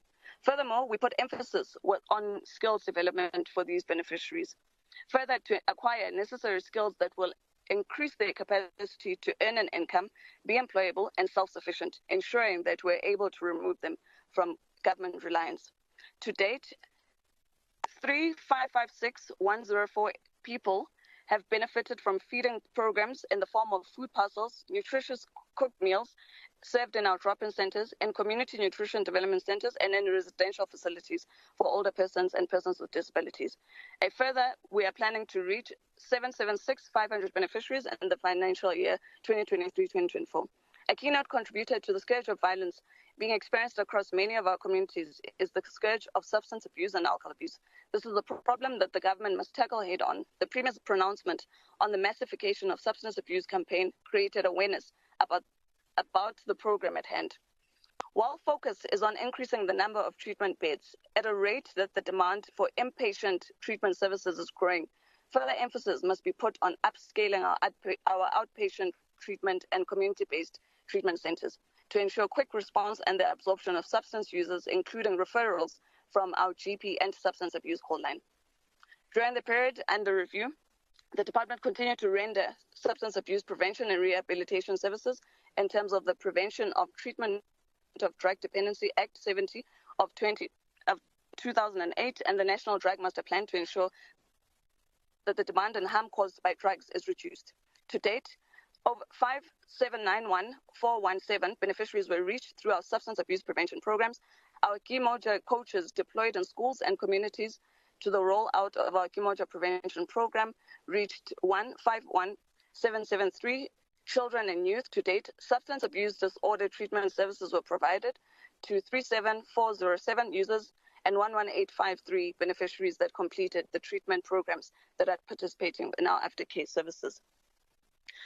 Growing the number of homeless people remain a cause of concern. As a result, the department has made concerted effort to deal with homelessness and to ensure that homeless people do not return to the life on the streets. To this end, furthermore, we have emphasized and put our skills provision facilities in place to make sure that we're able to absorb them. And these entail the provision of clothing, textile, carpentry, upholstery, as well as various agricultural projects to which these beneficiaries are able to be part of so that they can be able to be self-reliant. Women and children who bear the brunt of the socioeconomic shocks suffered by the communities of household. The department continued to expand our services to reach 124 vulnerable women in need of care and to support their quest for outcome trauma and become productive members of society. The department continues to mount an effective response towards addressing the challenges posed by HIV/AIDS pandemic through the prioritization and support for orphans, vulnerable children and their families. To date, 17,179 children in need of care and protection were placed in our child youth care centers. 14,535 individuals were placed in foster care and 3,954 completed diversion programs, while 7611 were reached through community-based prevention. It remains a wonderful sight to observe senior citizens of an advanced age, even 70 years, participating within our Golden Age Games. To date, 47,152 older persons and participants of disabilities had access to funded residential facilities. Madam Speaker, Gauteng is one of the provinces that leads in the provision of services to support our NPOs and providing dignity, care and solace to the majority of those dependent on the state. Fellow members, for us to grow Gauteng together, we must always put the residents of Gauteng first. And we are put in office so that we become of service to them. To this August House, the Portfolio Committee officials, the department continues to work tirelessly to ensure that the vulnerable are taken care of.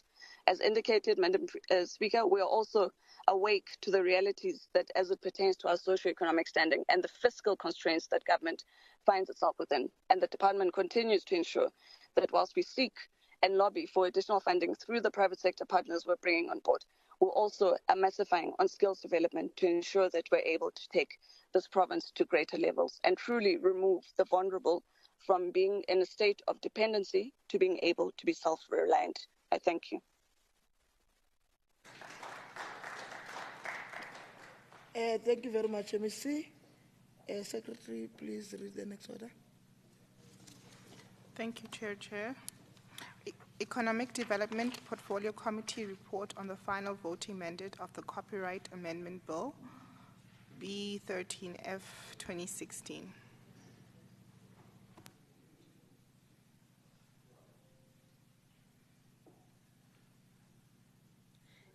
Honorable Masake.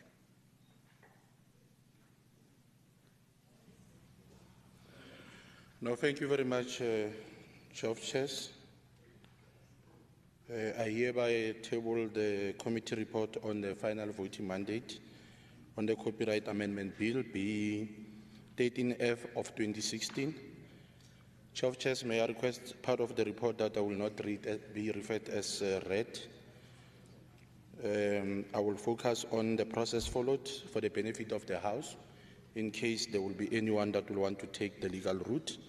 The Speaker formally referred to the Copyright Amendment Bill, B13F 2016, Section 76, with further amendments to the Portfolio Committee on Economic Development here in referred to as committee for consideration and reporting in terms of Rule 245, Sub-Rule 1, read with 246, Sub-Rule 1, 247 and 248. On Friday, the 4th of November 2022, the National Department of Trade, Industry and Competition made presentation on the Copyright Amendment Bill. Subsequent to that, the Gauteng Department of Economic Development made a presentation on the views of the executive on matters related to the Copyright Amendment Bill.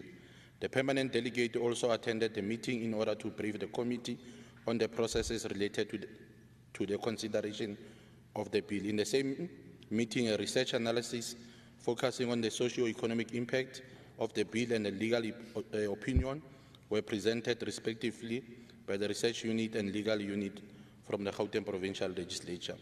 In fulfilling our mandate, the committee published adverts on different newspapers.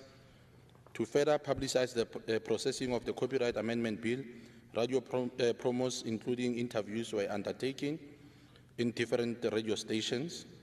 Further, advertorials, radio promotions, and social media accounts were enabled the committee to request members of the public and stakeholders to attend the public hearings and make comments on the bill. Following that, the committee convened public hearings as follows. On the 16th of February 2023, at Dentlome Mega Project in Randfontein in the West End. On the 24th of March 2023, at the Boxburg Civic Center in Ekurhuleni. On the 31st of March 2023, at the Broken Spruit Community Hall in Tshwane.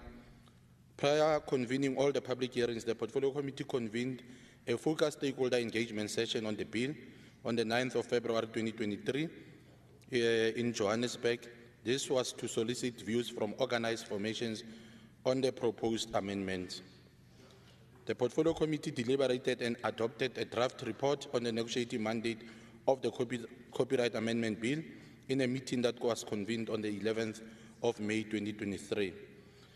The committee further deliberated and adopted the final voting mandate on the bill in a meeting that was convened on the 24th of August. However, we must indicate to the House that the report was not unanimously supported. The Freedom Front Plus raised dissenting views on the bill in line with the GPL Standing Rules 162, Sub-Rule 1, 2, and 4, read together with Rule 163 and 164. The Freedom Front Plus submitted a minority report reflecting dissenting views on the matter. However, I'm not going to go through the dissenting views. Members can read at their leisure what are the dissenting views. The principles and details of the bill to amend the Copyright Act of 1978 so as to define certain words and expressions to allow for further limitations and exceptions regarding the reproduction of copyright works, to provide for the sharing of royalties in copyright works, to provide for the payment of royalties in the respect of literary, musical, and artistic and audiovisual works, to provide for the resale royalty rights, to provide for recorded and reporting of certain acts, to provide for the accreditation of collecting societies, to provide for mechanism for settlement of dispute, to provide for access to copyright works by persons with disability, to provide for the licensing of orphan works, to strengthen the powers and functions of the Copyright Tribunal, to provide for prohibited conduct in respect of technological production measures, to provide for prohibited conduct in respect of copyright management information, to provide for protection of digital rights, to provide for certain new offences, and to provide for matters corrected therewith. In terms of the objectives, I will not go through the whole list, but I will just read a few.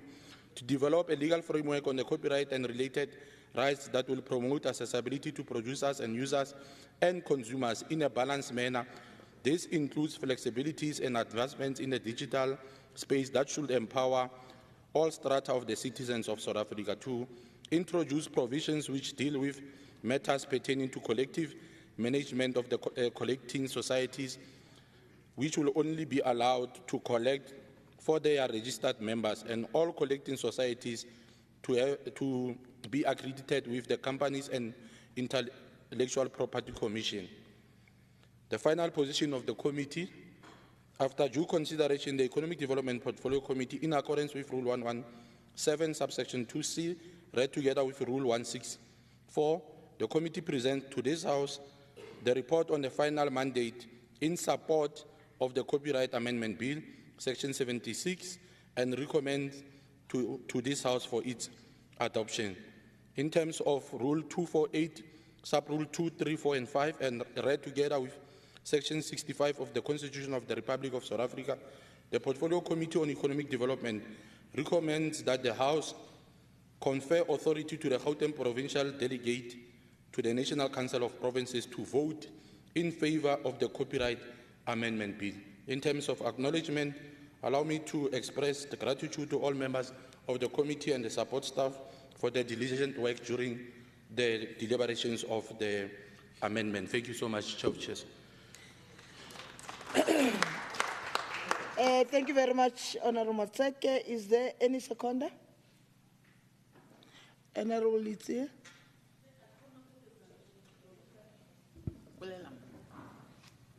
I rise to second, Deputy Chair of Chairs. Thank you very much, ma'am. I now put the question. All those in favor say yes. Yes. All those not in favor say no. No. No. Okay, the yes have it. Thank you very much. Can we then move to the next order? Secretary, please read the next order. Thank you, Chair. Economic Development Portfolio Committee's report on the final voting mandate of the Performance Protection Amendment Bill.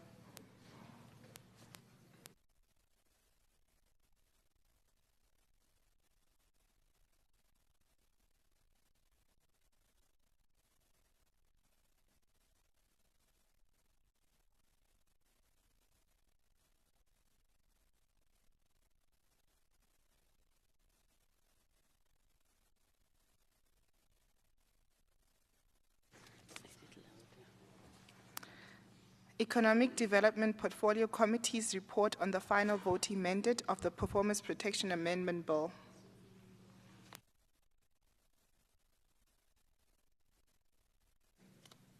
Honorable Matseke, please present your report, sir. No, thank you very much, Chair of Chairs. I hereby table the report on the final mandate on the Performance Protection Amendment Bill, B24F of 2016. Madam Chair of Chairs, I want to really request that I don't read the whole report, but only focus on certain aspects of the report, and further request the House to consider the process followed as presented, because of the same processes followed on this particular bill is the same process that we'll have undertaken when we're dealing with the Copyright Amendment Bill. I will therefore go directly to the principles and detail of the bill. The Performance Protection Amendment Bill intends to amend the Performance Protection Act of 1967 so as to insert and delete or substitute certain definitions to provide for performers' economic rights, to extend moral rights to performers and audio-visual fixations, to provide for the transfer of rights where a performer consents for fixation of a performance, to provide for the protection of rights of producers of sound recordings, to broaden the restrictions on the use of performances, to extend the application of restrictions on the use of performances on the audio-visual fixations, to provide for royalties or equitable remuneration to be payable when a performance is sold or rented out, to provide for recordal and reporting of certain acts, and to provide for an offence in relation thereto, to extend the exceptions from prohibitions to audio-visual fixation and sound recordings and include exceptions provided for in the Copyright Act of 1978, to provide for the minister to prescribe compulsory and standard contractual terms as well as guidelines for a performer to grant consent under the Act, to provide for prohibited conduct and exceptions in respect of technological protection measures and copyright management information, respectively, to provide for further offences and penalties, to substitute certain expressions, to provide for transitional provisions, and to provide for matters connected therewith. On the objectives of the bill, the purpose of the amendment bill seek to address the challenges facing the creative industry from non-payment of royalties, lack of formalization of the creative industry, which exposes it to abuse, piracy, and rights of performers by making provision for the protection of performers' moral and economic rights, written agreements when rights of performers are involved, the protection of rights of producers of sound recordings, and prohibition of conduct in respect of technological protection measures and copyright management information. I must also indicate, Madam Chair of Chairs, that the Portfolio Committee will have adopted the report, but however, there was also a dissenting view from the Freedom Front Plus, which I will not read. It's captured on the report. Members can be able to read at their own leisure.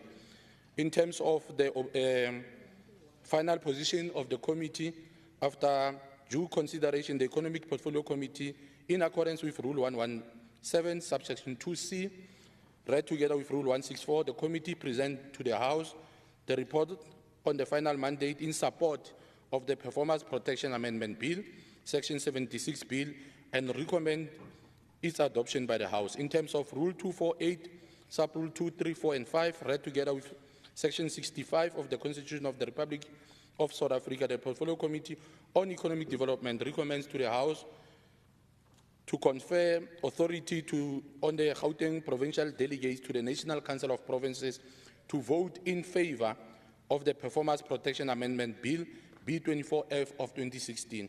On acknowledgement, let me further also acknowledge the contribution of different members of the committee as well as the MEC and DTIC on the presentations thereof. I thank you so much, Madam Chair of Chairs.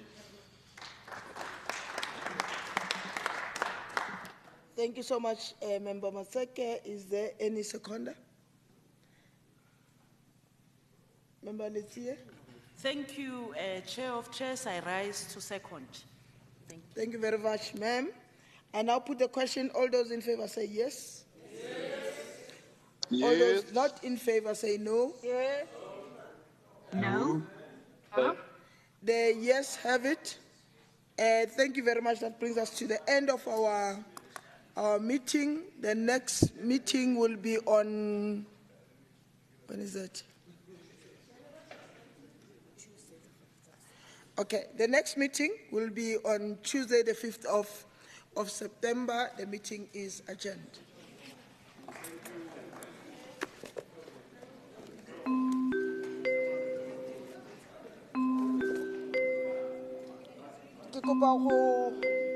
Bye, Anton. Acknowledge, amen.